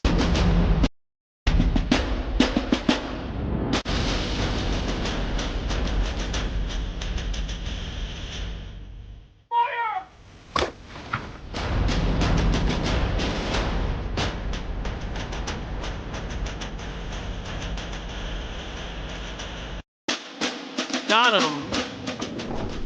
Your wife will definitely come back now.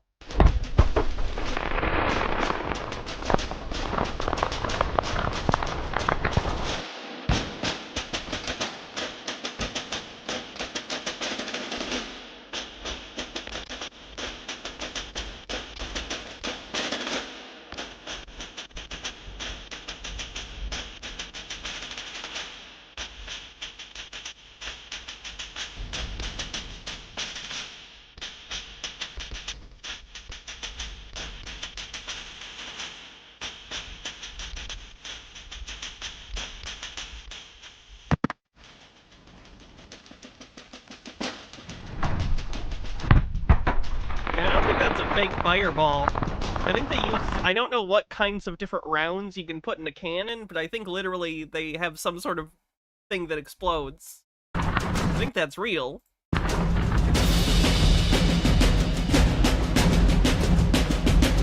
Kagami says, compared to the president, the vice president is functionally powerless unless assigned something, and nobody wants to be the one to oust the president for competency because they're afraid of the precedent it would set. Both LBJ and Reagan likely needed to be kicked out, and this was avoided using their wives. Yeah, Reagan, I know for sure. Is this legal? I would imagine so. It seems like he has a lot of property. I imagine he's relatively well off. Probably in a state where he can do basically whatever he wants. That's Tenonite? Thank you, Trey. I wondered if you were around and had an answer.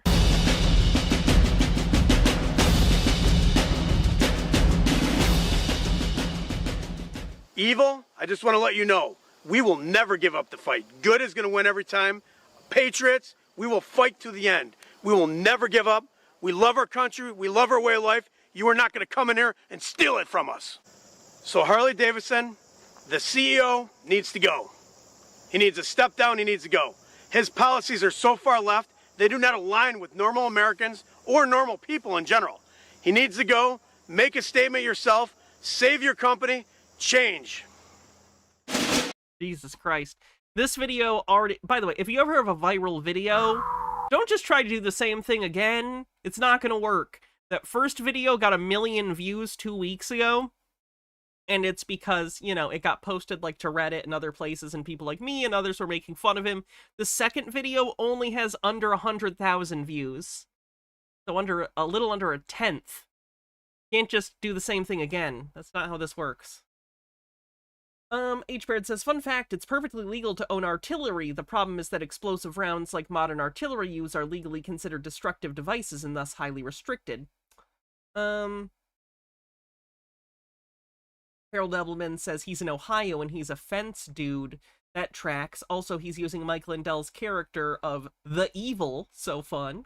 And Gitara says these people are, I'm a perpetual state of being persecuted, but also having wet dreams about crossing the Rubicon with Trump as the Caesar.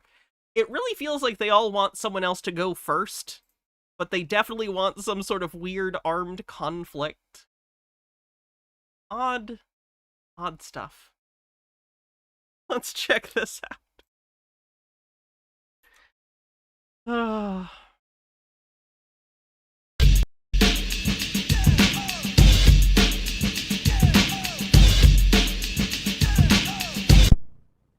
It's August 25th, 2024. This past week, we saw mental illness on full display. Yes, the Democratic National Convention, where they basically told the people, this is who we want you to vote for. Now, that's kind of funny, because the Democrat Party has a bad habit of shitting on everything they tell you they believe in. Like, for instance, the Constitution. You think you have any belief in the First Amendment, Second Amendment, Fourth Amendment? Yes. Your interpretations are just different. Not an objective document. Different people have different interpretations of how these things translate into actual law. Toreador says, was that intro the JoJo Golden Wind torture music? I don't know what any of those words mean. I know it's an anime thing, but that's it. No. And Jamie Raskin is full of shit when he tells you about the 14th Amendment and Donald Trump. And you know how I know? Because I can fucking read. Read it for yourself, the 14th Amendment, Section 3. He's full of shit. Other things that they fucking don't believe in is the democratic process. Here they tell you Donald Trump's going to destroy our democracy, but they just took a big shit on democracy, choosing for you who you're going to vote for as the Democrat in this year's election. He's the vice president of the incumbent, and he stepped aside. I don't know why they keep bringing up this point. It's just not sticking. Probably give it up. Like, no one on the side of the left gives a shit about this. Most have been happy that Joe dropped. So. Great, huh? And I did make an observation, sit and listen to fucking lies and bullshit. But the first night there was a black man, a black pop, but this guy was touting how the Democrat Party is the oldest party in the country, 190 Democrat. Because the Democratic Party of, like... You were proud of the fact that they tried to enslave. And actually, are you proud of the fact after they were strategy to terrorize vote for the fact that the South Democrats came up with the Jim Crow laws to keep you segregated? And that's why the South to this day always votes for Democrats. Phoenix Leftist, thanks for 27 months at tier 2. This sub baby's name is going to be Failed ZZ Top Beard. You couldn't eat at a lunch counter white people ate at. You couldn't drink from a water fountain that white people... And those things are bad, and I think you'd be hard-pressed to find a modern Democrat that likes those things or thinks those things were right. And in fact, we're the people that try to take down statues of Confederate generals. Y'all are the ones that try to keep this shit up and be proud of it. So, not really making a lot of sense. People drank at shit. You couldn't even take a shit in a bathroom designated for white people. Couldn't stay in hotels designated for white people. Then when you peacefully marched for your equal rights, the Democrats sick dogs on you, fire hosed you, beat you mercilessly when they arrested you. Then in 1964, LBJ came up with this great society. And he said, we're going to keep these Zens voting Democrat for the next 100 years by giving them piddly welfare checks and kicking the man out of the home. So not only... Is he fucking serious? This guy's like John Doyle without charisma. And I didn't consider John Doyle to have much to begin with. Benekagami says, don't you just love how the same people who keep bringing up the fact Democrats in the South were pro-slavery are also the same ones who insist it's wrong to tear down Confederate iconography? Yes, I assume you started typing that before I said it. Did he continue to enslave you? Alright. I'm gonna move on. I can't take this guy very seriously, even by Chud standards, so we can move on.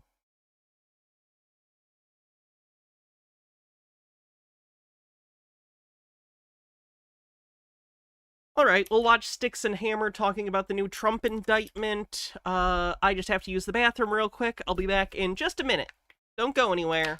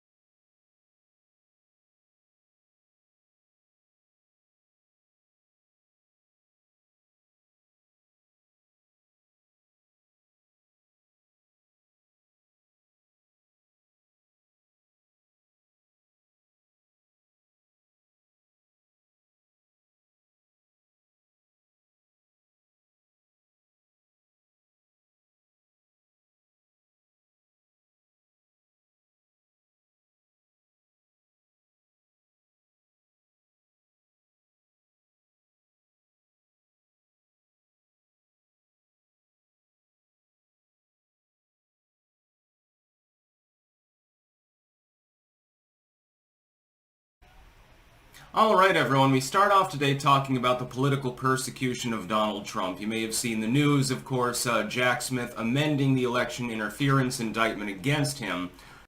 I don't think he just amended it, he literally got a whole new indictment from a new grand jury. Streaming at the radio says those Brent Theroux impersonators are pushing it too far, the satire is not believable. To try to circumvent the SCOTUS ruling on presidential immunity. What SCOTUS said is that if a president is acting in their official capacity as president, when they make a decision, they are generally granted immunity. Now, of course, there are going to be limitations to this. So the president can't simply walk down the street and shoot somebody. That's not an official presidential act. But there's effective immunity for official proceedings. How is he going to try and claim stealing classified documents after you're done being the president is in anyone's official capacity? Now, one would think that this would extend because Trump was the president at the time of the 2020 election, would extend to official decision-making in his role as president. That would include, by the way, making a phone call to the Georgia Attorney General. It would No, it's not. That's him working as a candidate, not him working in an official capacity as the president. He's asking for a personal favor. That's an absurd thing to say. Fenekagami says even in the 1800s, Democrats weren't all as pro-slavery as a lot of people claim. There were the conservatives, but there were sects within the Democrats. The Confederate Democrats hates the Northern Dems and considered them Yankees as much as the Republicans in the Northern Dems. Talking to his vice president and attempting to influence him to not certify electors right away and to look into the election. Yeah, that's not in any way the official job of the president. Quite the opposite. So none of that's within his purview as the president. These would be official proceedings as president. No, they're not! What are you talking about? He happens to be president while doing these allegedly illegal things. That doesn't mean that that makes them official. What are you talking about? So is he saying that if right now Joe Biden, or when the election happens, if Joe Biden tried to start calling states and getting them to call it for Kamala, without evidence, without the right votes, that's official and he's okay with that?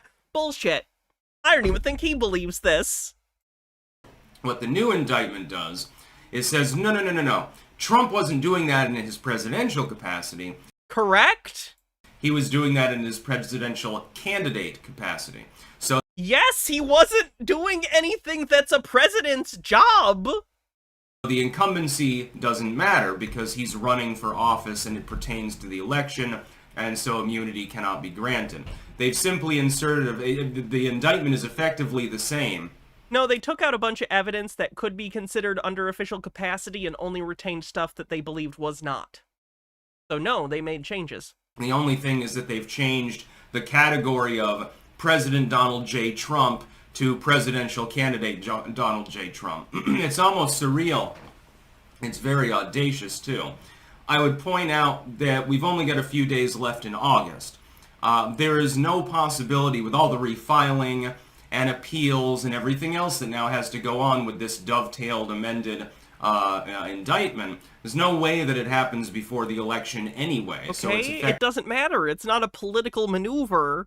He's being indicted for alleged crimes that Jack Smith, amongst, I think, most other people, generally agree he probably did based on what we know currently. Effectively DOA if Trump wins re-election. He would be... So funny that he just admits that if Trump becomes president, he'll just, pardon himself completely corruptly. He'd become It's whatever. Inevitable. effectively immune from the persecution/prosecution that's taking place. The reason that they're doing this is to try to keep it in the headlines, therefore. They don't want... Or maybe Jack Smith, as a prosecutor, wants to prosecute someone he believes to be a criminal. The news cycle... Marcus Drake says, the argument I've seen is that since the president's job is to make sure the law is enforced, as long as he can claim to be investigating potential violations of federal laws, it's part of his official duties. Make of that what you will. That's absurd. That has such a big hole in it, you could drive a truck. That would effectively mean the president can do literally whatever they want. To be mainly about RFK Jr. and Tulsi Gabbard endorsing Trump, or Kamala Harris's upcoming interview, which she refuses to do alone, by the way. She's dragging Tim Walz on board with her. I think they're going on CBS later. They don't want him talking about that. They don't want him talking about Harris flip-flopping on building the wall, which is utterly hilarious. We'll be talking about that separately, and probably in the live stream later. I'm sure that the quartering will bring it up as well. Now, that's at one... When you're citing the quartering favorably, that's a problem. Harold Edelman says, on the same point Fenekagami made, the Republican side was by no means pro-black. They just as white, just as racist, and their ideas of progressive stances were ship them all back, which is basically how we got Liberia, its plantation model, and all those horrifying civil wars for decades. And yes, that's why we call it immunity. 1 p.m., so go and subscribe to him also. Between the two of us, you're getting all the hard-hitting political commentary you need. Also get Razor... Yikes. Fist and Lionel Nation and a few others aboard, and you've pretty much filled up your docket. The political person that gets their news sources from those people. What a shocking person that would be. The injustice system refuses to stop persecuting Donald Trump. Quit breaking the law, asshole clip goes here. But it's not even for the purposes, they're not actually trying to put him in jail. What they're trying to do is drain him of funds. That would be a fun clip to clip for if he actually does go to jail. They're not trying to put him in jail. Donald Trump in jail. Dun, dun, dun, dun, dun, dun, dun, dun, dun. Which, you know, good luck, because he's still raking in the cash from donations. They're trying to drain him of money, and they're trying to waste his time to keep him off the campaign trail in endless court proceedings, etc., etc. Now, some of the cases are going over more well than others. Now, you've also got the sentencing. Like the one that he got convicted of like 34 felony counts, that one? With Judge Merchan. I believe that's docketed for the middle of September as well. I'm sure that the date overlapping almost perfectly with the presidential debate is also not an attempt to sap the news cycle. Because I have a feeling that, I mean, is Kamala Harris going to have... It's seriously like they think every little thing is a conspiracy. Everything is a conspiracy to them. Everything they don't like must be planned. Everyone is out to get them. Like a helper or like a security blanket. Did I see the Sonic movie trailer? I did. It looks fun. I've enjoyed the Sonic movie so far. Keanu Reeves' Shadow is a fun choice. Excited for more Eggman. I like Jim Carrey Eggman. When she debates Donald Trump, probably will. So no. We're not going to do one on the. They'll try to punt. Walls will be here as well, so we'll have a 2-on-2 debate or something like that. It's a really weird election. It's quite clear that they're pulling out all the stops to stop Trump. There's a reason for this, and that's because Trump actually walks the walk. He actually does. Unlike Kamala says, well, you know, border security bill, the bipartisan... The fact that they still make fun of the laugh thing is incredible to me. Border deal that makes no sense, costs a lot of money, and means nothing. Trying to ram that through. That she's still in support of it. But Trump actually did secure the border. How? Or at the very least, he did the best that he could to secure it as much as he could, given the obstruction of his own party for several years on the subject of funding the wall. Kamala Harris talks a big game about trying to, you know, improve Americans' lives, but Trump already did that. How? In what way? Etc., etc., etc. By increasing the deficit? They know that they can't win in a free, fair, and open election. In a proper election, without fortification, ballot printers going burr, legally... Again, conspiracy theory nonsense with no basis. These bullshit. The uniparty will fail. Donald Trump will prevail. It's not entirely clear that they can prevail anyway, though, because they've got such a weak candidate that they have to front. They don't even have the ability to not front her. They couldn't swap her out for anyone else. They can't kick her aside. She's too DEI. She's a diversity hire. Just racism again. Well, she's not white and she's a woman, therefore she can't be qualified for this job. Jesus fucking Christ, they're in meltdown mode. That's not the person that you want to shit can when you're pretending to be the party of progress, which really means discrimination and idpol more than anything else. Link in the description. Archived, of course, you can see a read-up of the amendment of the indictment. When I saw this, it didn't really surprise me, actually, because the Supreme Court decision, they were always going to circumvent it. It was quite clear. They were chomping at the bit to do so. They just needed to take a little bit of a breather and say, okay, how do we circumvent this? You know, do the lawyer speak thing. We're putting on our lawyer's hats. How can we still nail him for attempting to obstruct the election? Well, he was president at the time that happened. So Supreme Court says we can't do anything about that. But he was also a presidential candidate. Well, the thing... They said he can't be prosecuted for things done in an official presidential capacity. In what universe do you think that means everything the president does is official? That is not what they said. Is that's still his official role, his official capacity. It is champing at the bit, but I think chomping at the bit has become common enough that it's also accepted. It's one of those things where language shifts over time. I do champing, because I know that's the original, but I hear chomping enough that I think people just accepted it. He was still the incumbent, and the things that they're saying that he did that were potentially illegal or immoral or unethical in some way pertain to his functions as President of the United States. Is he not allowed to bring up certain issues with his vice president?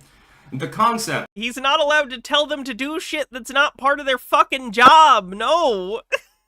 Kagami says, Trump is funneling money from his campaign into his businesses. He's likely going to get charged again after the election. Also, Trump is despondent and constantly on the edge of a temper tantrum. His staff is having to force him into campaigning to keep him distracted, and the visual aids are, him on task. Trump resents this too. He keeps sniping them in his speeches. That the vice president cannot suspend the electors is a legal gray area. So for Trump to encourage him to attempt to exercise Come on, just let him overthrow democracy. It's fine, he's the president. When you're the president, they let you do it. Barring an impeachment proceeding or something like that, like literally Congress effectively stepping in, clearly that would be legal. Yet still it's part of the indictment filings. What do you mean it would clearly be legal? They retained that. Calling the Georgia Attorney General, for example.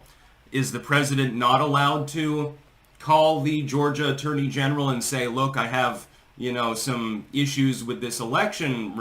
That's not what he said. He told him, I just need you to find X number of votes. The, exact number of votes he was behind by. I just need you to find votes. That is not, I have some issues. That's directly asking them to commit fraud, which is not an official act. Result in your state. And I'm simply, all I did was say, well, look for some fraudulent votes, while telling the Attorney General... That's not what he said! He literally said, I just need X number of votes. Just X number of votes. Find it for me.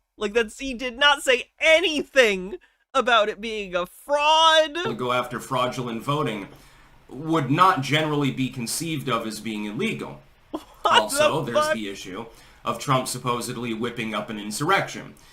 But that's a legal definition, number one, to which this does not rise. Number two, Donald Trump never said anything that a reasonable person would construe of as attempting to foment insurrection.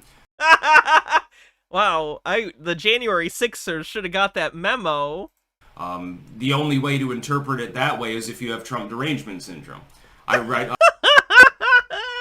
Buzzword, buzzword, buzzword. I've looked at the entire thought-stopping mechanism. Speech on J6. Trump said, go peacefully march, and then he wandered off. What other people do at that point is their own business. It's their own issue. I want to point out again that a lot of the J6... It's a nice horse he got there. It'd be a shame if something happened to it. Whatever happens from here is none of my business. Persecuted prisoners are still only charged with fairly minor offenses. Oh my God, you trespassed on public property.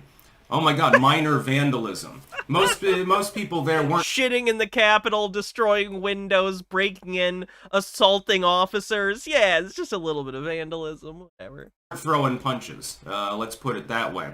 There were many people throwing punches. We saw the footage. We watched it live. It did descend into a riot, but it was not an insurrection or an attempted one. Hey, fun fact, in this case, venue matters. When you're rioting at the Capitol in order to try and stop the results of the election being certified, your riot becomes an insurrection. Fun fact. It would be like saying, well, the Boston Tea Party wasn't an insurrection, okay? It wasn't any political action, it was just a riot. Okay, why were they doing it? What were they attempting to do? Kagami says, maybe if MAGA wasn't openly planning to sabotage the election, people wouldn't be so gung-ho to throw everything we can at him to make sure he loses, since Republicans are trying to ensure that the election will be anything but fair. The amendment of this indictment is itself an indictment of the injustice system, more than anything else. Oh, got him. He called it the injustice system. Wow. Got him. They just can't let the issue go. And they're doing it at this point solely for political reasons. They're trying to make Trump a legal pariah and sap him of energy and money and time. Oh, honey, he's already sapped to energy. The man's almost 80 years old. In order to try to stop him from taking office again. That's the only purpose to these indictments. All of them, by the way. That's about all. Peace out. Just love the way he just, like, suddenly stops his streams. Alright, we're probably gonna call it a night. Ooh, what did Cece do? Did Cece break his fucking leg? Oh no! CC here, Chris Westchester County, broke his fucking leg! Oh, he's old enough that that's gonna be a problem, too. That sucks. I don't like the guy, but I don't want him to have permanent pain or, like, mishealed bones. Oh, okay. All right. Well, okay, later. Okay, that's good. Too much energy. Imagine you're at the hospital and your roommate turns out to be CC. Ugh. Anyway. Ooh, Super Mario Eclipse. I want to play Super Mario Eclipse so bad. Alright, anyway, we're gonna call it a night, so thank you, everyone. Oh, by the way, last night I wanted to start something new, and it was every stream I'm gonna end with me talking about a box set I like, because I kind of want a wind-down period for streams. And the stream cut off randomly.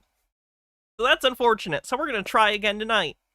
Fenekagami says they won't let the issue go. Republicans still keep talking about Hunter Biden. They still keep talking about Obama! They still talk about Bill Clinton! Alright, here's the one I tried to show last night. This is my Arrow Psycho 1 through 4 4K box set. It's incredibly nice. I imported this from the UK. It has this slip cover that looks like a shower curtain. Then you have Mother from the Psycho franchise, of course, on the front. There's the side. It's a nice material, too. It's like hard cardboard. Comes with Psycho 1, 2, 3, and 4 all on 4K. And then a nice little book that's a bunch of essays and historical stuff. Very nice. Would recommend. If you've seen Psycho, I would recommend at least watching Psycho 2. Pretty darn good. Not as good as the first one, but better than you would expect a Psycho sequel to be, considering Alfred Hitchcock was dead by the time it came out. So if you're a fan of the Psycho franchise, check out this. No, they don't have the Vince Vaughn version in here, unfortunately. They did make more Psychos. Anthony Perkins is a national fucking treasure. He's wonderful. He actually directed Psycho 3. Which is not one of the better ones, but it's whatever. Do I have a Futurama box set? No. No, unfortunately. Anyway, so let's see who we're gonna raid. Thanks, everyone. If you are on YouTube, do me a favor and like the stream. Could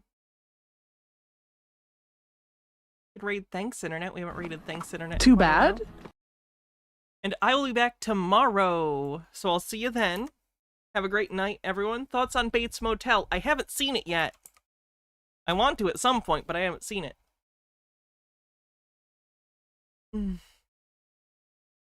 Alright. See you later, everyone. Bye. Love you, Mr. Blast.